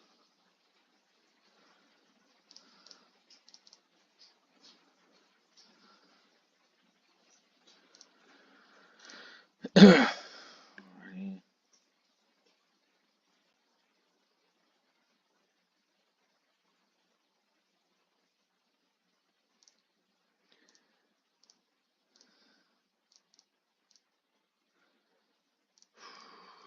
Man. So we're ramping them up to either a bigger Walking Ballista or something. Or they were out of basics, I guess. No, I think they only have one basic. I don't know, I can't remember. I'm just so demoralized by missing that land drop off the top with Corsair. It's the main reason we play them. We didn't even get to take advantage.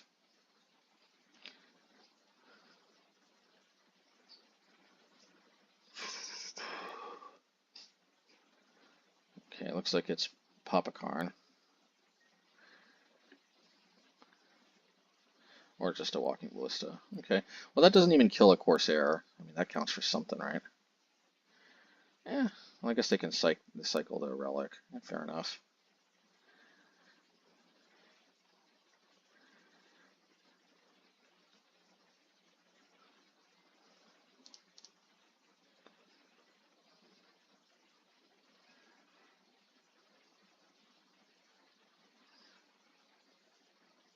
Okay, fair enough. I don't think there's a way for me to protect this, so I guess that is what it is.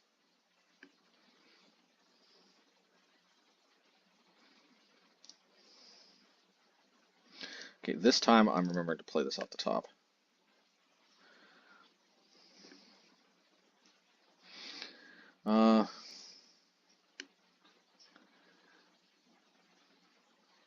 C4.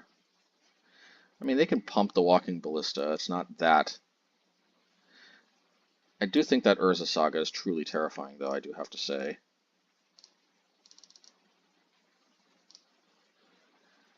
We'll do this one here. Could crash in for a lot of damage. Well, let's give them the choice. Maybe they just tank it.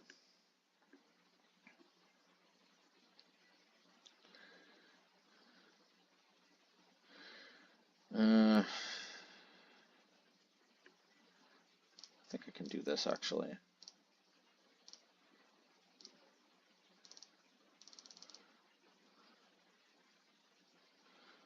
Well, I can, but then I can't Tear Assunder.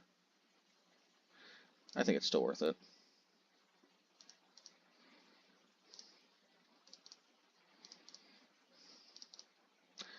Famous last words, right? I got a feeling this is going to provoke a block from the Walking Ballista. That alone, I think, makes it worthwhile. That way I can also use the Haywire Mite on the Urza Saga rather than the Tear Assunder. There's some value to be had there, I think. Getting that Walking Ballista off the table does carry with it some value at least. We did also ping them for 2. They did take 3 from their 1 ring. There are advantages to be had, and their deck isn't exactly overflowing with life gain like some decks in Modern. 3, 4, 5, 6, 7, 8. So they can play Ujin the Spirit Dragon if they have it, but they only got 1 of their deck, so might not actually have it.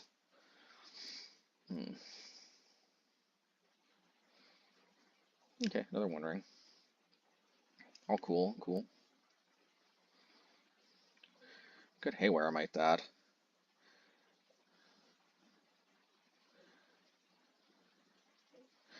We have to hit the Urza Saga though, right?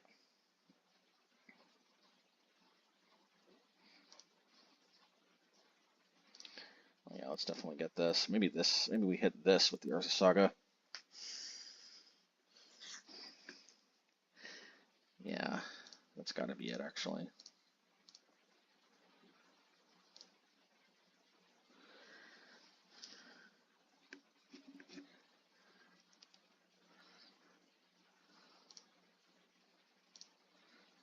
Alright, 6/6 token.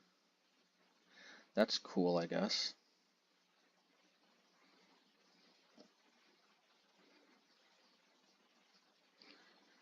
Alright, let's play good old Haywire Mite.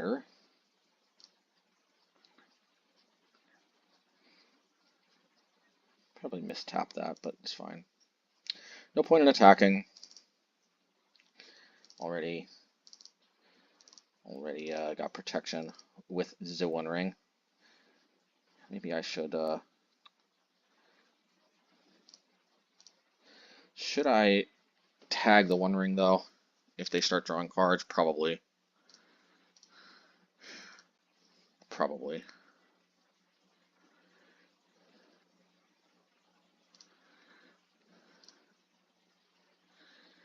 I'll just probably keep Haywire Mite around.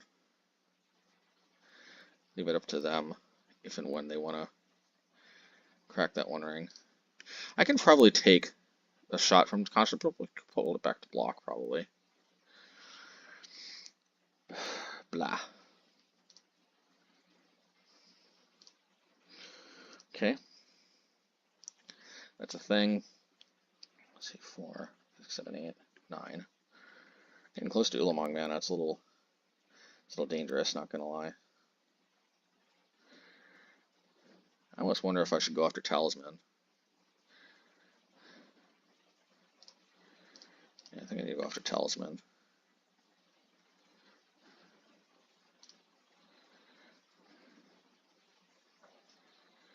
So 1, 2, 3, 4, 5, 6.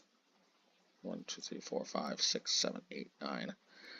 So they have 10 regardless. So I might need to save the Tear Assunder to deal with the Ulamog. That seems reasonable. I mean, do we just win here though if we Tear Assunder this? I mean, I think I have to go for the possibility, don't I? I'm sure they have some kind of out, but I mean, technically speaking, they are kind of leaving themselves open, right? So to take our opportunities where they present themselves, right? I don't have any way to take advantage of food other than just gaining the life, so might as well. Okay.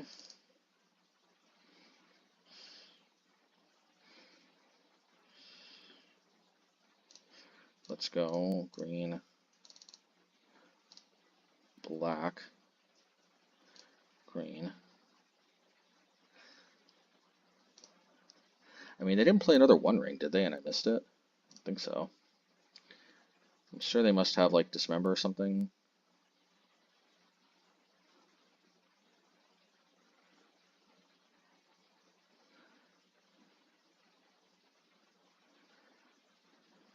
Okay, fine. Is there any way we can... Yeah. I don't know if there's any way we can take advantage of this.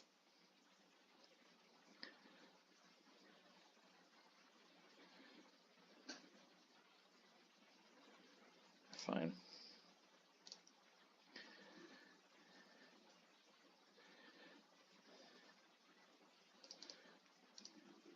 Could have made them take 2 more damage if we had dealt with the Talisman, but I think we would probably prefer this. I think there's literally no reason not to just do this now, so I guess we will. We don't have black mana for the Tear Assunder regardless.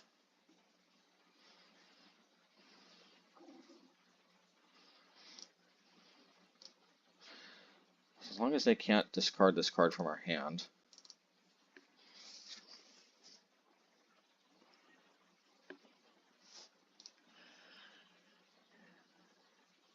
Where is his mines? Where is his towers?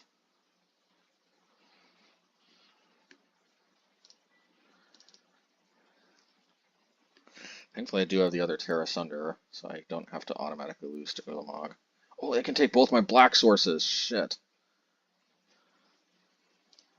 Okay, fair enough. I guess they do that first. 3, 4, 6, 7, 8. Okay, fair enough.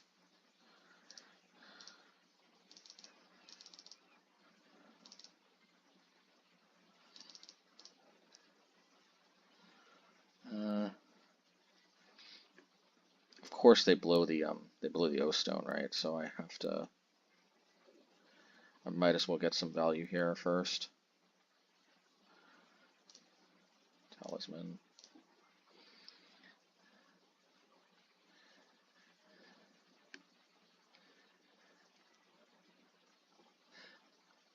One ring seems like actively bad for them if they tap it at this point.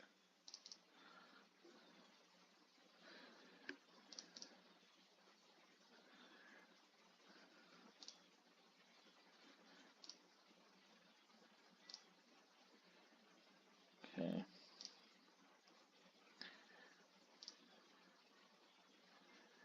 Yeah, they're of course going to knock it with the One Ring, I'm sure.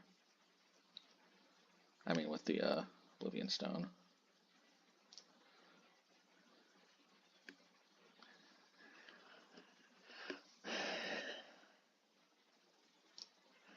Fair enough.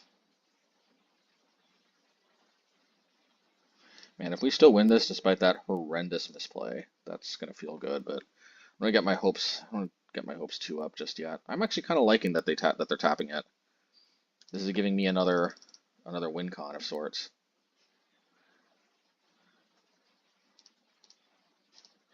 Yeah, you go for it. You tap that One Ring. Willamog? Yeah. See, because at the end of the day, it's too easy for them to just draw another One Ring, so that's why I just didn't want to go after that. I think there's more value to be had by having that extra mana. I could be wrong, but... Uh-oh, what is this? Okay. Plus, that also keeps them off of a black mana. So Dismember is offline. No, except they can Pithing Needle. Oh, except I have Blast Zone. So actually, we might actually have the win. And it might... Ooh, birdie baby. We might have a difficult time. They might have a difficult time winning with 2 minutes and 30 seconds. So there is that. We have to see. As we can see, Stonebrain was absolutely... Oh, baby. Okay, let's see. Let's not get ahead of ourselves. We don't want to celebrate just yet. And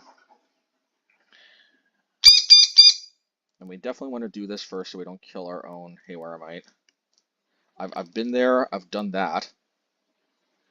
I don't think we need black that bad. I don't know. It's green.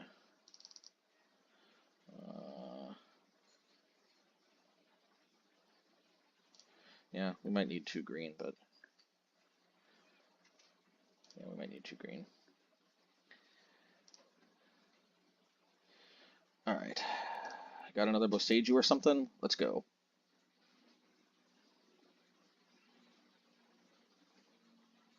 Called it. All right, well, it is what it is.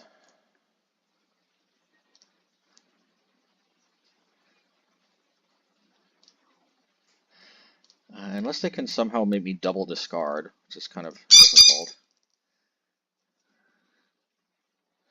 Let's see here. I like having a Haywire Mite too, just cause.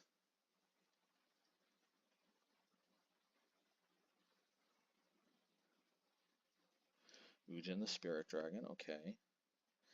That is kind of cool. There's pretty much no downside. Unfortunately, this means there's also no downside to them tapping it, but, you know, it is what it is. Still might not want to... No, they do.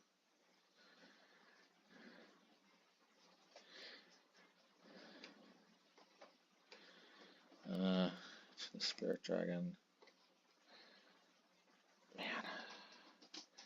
I want a, yeah, that's something. Let's go.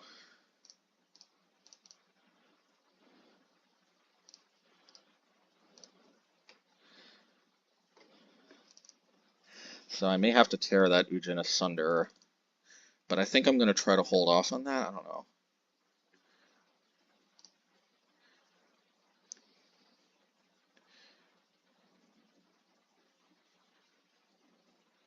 Ujin. Okay, Karn liberated. Alright, Karn liberated is going to take care of the Restless thingy. Restarting the game is completely it's completely pointless at this point. Okay, so I'm gonna wait on hitting Ujin because I may need to hit that Ulamog. Yeah.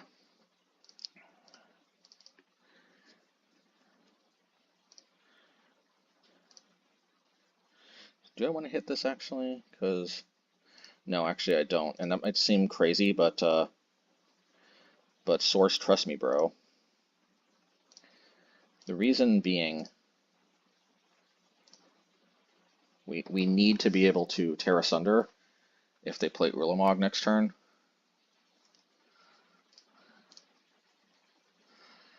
I'm fine to just exile this Corsair. As tragic as that is, we have to hold on to this Tear Assunder at all costs.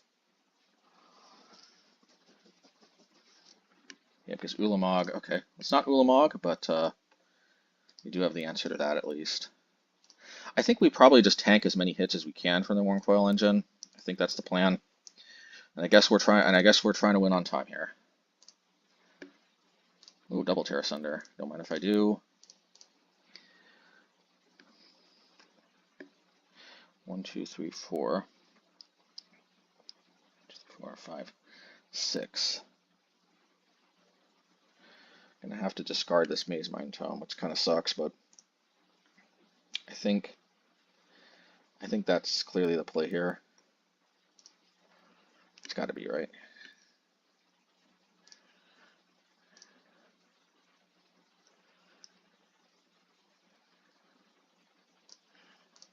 And they got a lot of good stuff tucked under this card now, but I think if they reset the game, that's just game over, I think. Little unlucky for not seeing Ulamog this deep into their deck. Is what it is. Let's go.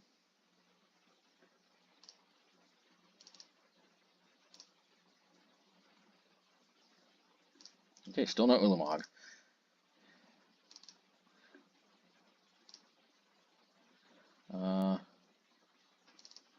Yeah, let's just do this, because why not?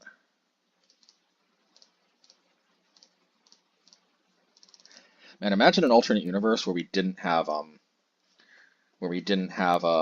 Stonebrain. This is one of the values of Stonebrain is there's more matchups than you might think at first glance where it has utility. Ooh. Since this is kind of the definition of card quality, now I'll just put land into my hand and hope that I don't hit like a... Yeah, it's a good land to discard to Karn.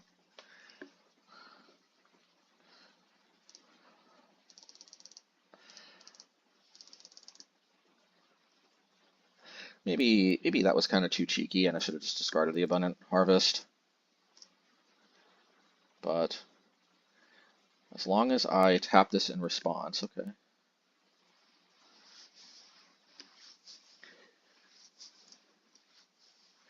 Okay, what are they going to grab? What's it going to be? That's GG, folks. That's GG. We mono green Tron can take him down. All right, well, hey, sometimes, you know, no shame because, you know, they need to close the games out faster, not my fault. And hey, we go 3-2 with the mono green deck. Oh boy. All right. So post league thoughts. Well, you know, hey, we so I apologize for the Rhinos match, both maybe a little bit excessively complaining, as well as probably just kind of losing heart and not really playing it out as much as I could have, getting a little too discouraged. I felt really good going into game 3, and I just the demoralization just became quite a bit. But at the end of the day, I still owe it to my viewers to try to try to do my best. It's one thing if I'm just playing by myself, then I guess it's a little bit of a different story. But you know, yeah, you get to see that man. Yeah, and I still do actually stand by the frustration aside. I mean the complaining aspect aside. I do stand by my opinion though that I do think that it is a little weird to only target Fury when I personally do think that by I think if you're going to complain about Fury, I think it's just as valid to complain about Rhinos. My official position is I don't really think it's that called for to complain that much about either one. But I feel like if others are justified to complain about Fury, I think there's a valid case that complaining about Rhinos is as justified. Which, to be fair, isn't very justified. I don't think complaining uh, is it's a little noobish. I always try to avoid complaining. I always try to see if I can survive and thrive in a format rather than try to get a card banned. Well, I guess a little bit of complaining comes out here into the deck tech, but I'll just say this once again. It to me it just Fury always felt more fair to me than I guess Violent Outburst because it's not only Rhinos. I've had way more unfair experiences, unfun, unfair. You know, just I don't know. I'm surprised that a lot of players apparently felt end of turn Violent Outburst was magic and Fury wasn't. But you know, it is what it is. Majority rule, democracy, I guess, and all that. Maybe I guess that would be kind of nice if we actually had a vote on this, because the concern is that it's just kind of like the loudest content creators end up kind of shaping the format in a way. If it was actually like a true democracy and we actually had a vote on what card to ban, then maybe it would be a little bit of an easier pill to swallow. But it's just a little bit like I don't know. Anyway, rant over, I guess. Um, I am overall satisfied with the deck. I think we should be. Oh, Birds of Paradise. Well, only one little commentary from her so far, so hopefully all's good.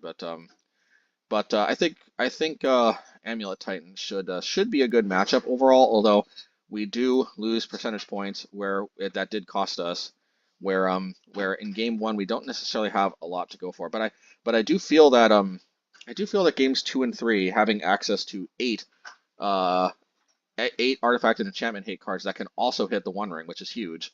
But can also hit Urza Saga and can hit the amulets and 8 of them can hit the Spelunking. I don't think we saw a lot because I think I would have hit the Spelunking with Haywire or whatever if we had it.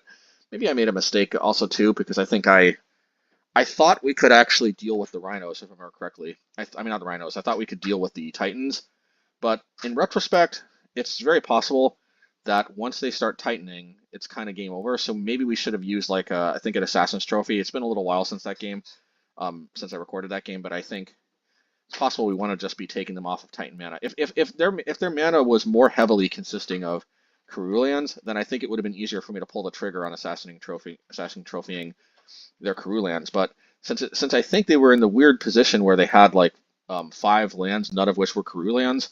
I don't know. It just felt like they were pretty much inevitably tracked to get a Titan, and it was better to switch gears to try to keep them off the Titans. Alas, alas, it is what it is. But yeah. Other than that, turn the Earth. I think we got to. Oh yeah. Also, no, we didn't see any Stonebrain against Amulet, so there's that too. Very helpful. Needless to say, to keep them off of Primeval Titan, but yeah, Turn the Earth did show itself in game 2. What was game 1 again? Oh yeah, like I said, I think we have a good Hammer Time matchup.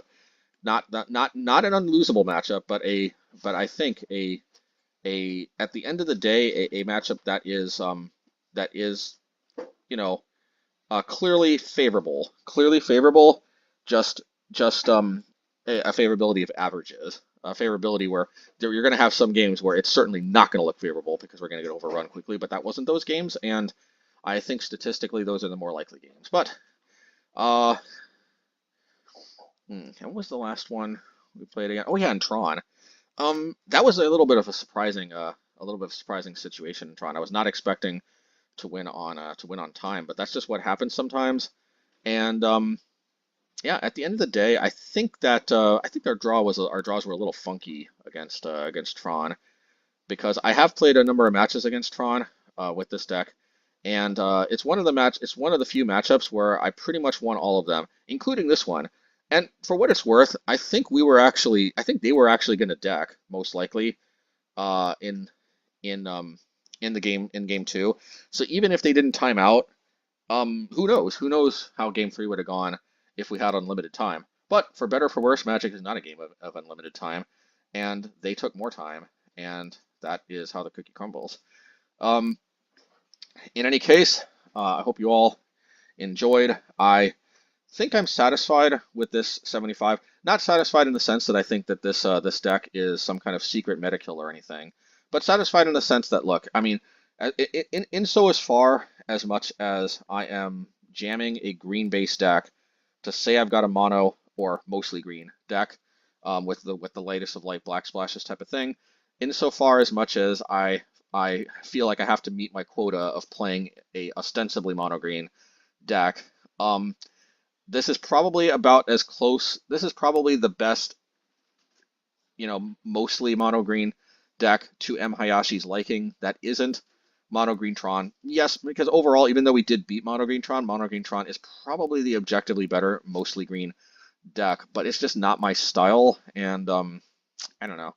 I mean, let's be honest. I don't think you all will be as interested in me playing mono green Tron.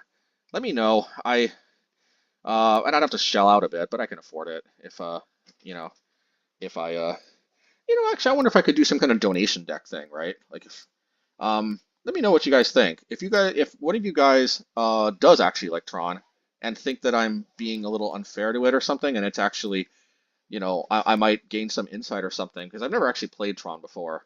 I have dabbled just trying out, a lot of different archetypes. Not an MTGO, but back when I used to play in paper, so I guess it's been a while to be fair. But like I used to proxy up these so-called meta decks just to get a feel for them, play with my friends. Man, I miss playing with my friends. But like, um, yeah, but Tron was never one of these decks that I really gave a whirl myself. But yeah, let me know what you guys think about the possibility of a dono deck type thing where if anybody guys want to donate Tron to me, I would let's just say that could happen a lot sooner than me just shelling out and most likely just losing ticks in the process and selling them back. 'Cause I highly doubt that if I made mono green Tron a permanent part of my monocolor suite of decks, even if I did, I highly no, I mean no, let's put it this way, I highly doubt it's gonna be a permanent part. But I don't know. If Tron is a more pleasant play experience than I think, it's certainly not a pleasant play experience to play against though. I don't know, man. It's subjective. Is this really a fun deck to play against?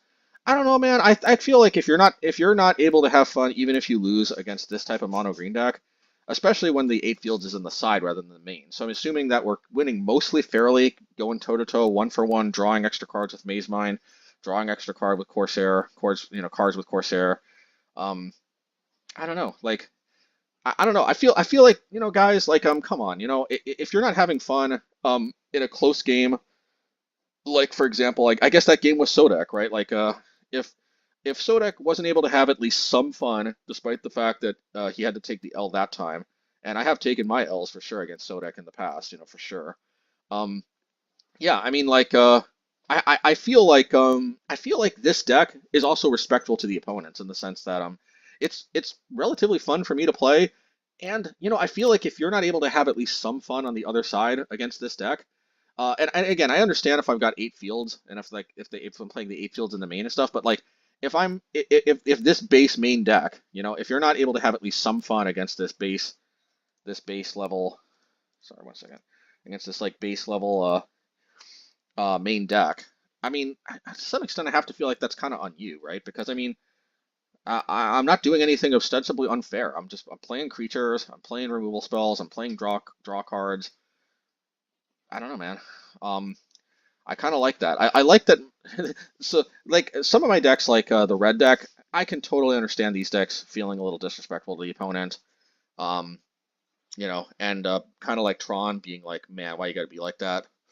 I don't know though, but they this 8 field approach plus the wildfires, it feels like a very powerful gimmick. It's hard to you know to turn down, but so there are some other 8 field-ish type strategies which I could imagine might be frustrating. But against this deck specifically though, man, and on average, my kind of mid-range approach decks, man, I feel like they're respectful to the opponent. I just like, and so in it, I guess rambling, man. Insofar as I feel like I need some kind of mostly mono green deck to round out each of my monocolored decks. I feel like this is about as serviceable as I can get it, folks. Um, and I like it. And I like it. I'm not when I play this deck, um, I'm not expecting to 5-0 take down a tournament or anything. But I do think that it is plausible to finish with a winning record and maybe even get some prize potentially at the end if I play super tightly. And even admittedly this league where I didn't actually play as tightly as I could have, although who does, right? But yeah. Um, uh, oh, all right. Well, I guess I got to end it because the bird might need some attention. It's super late. I'm surprised the bird isn't asleep yet. Maybe I'm keeping her awake. Well, anyway. All right. Good night. Good night, everybody. Good night, Sunshine the bird. Oh yeah, and let me just give a quick shout out to the patrons. Thank you, Dave Molina. Thank you, B0812. Interesting name. Thank you, Paul Nguyen, IL Shinitis, Limitless Brian, Necrosis, Adrian King, Gavin Doward, Daryl, B-Train 4, Savage O's, Jules Faro, Kevin Roback, Roland Schoenenman, S. Robertson, HJCLIU, Sophus Garrett, Erwin Lopez, Jeff H., Brian H., Z. Cole Smith, Andrew Watch, and Michael Patton. All right, so now I can finally let you go to bed, Sunshine. Maybe I was keeping you awake, my bad. All right, good night. Good night, everybody, and have a great week.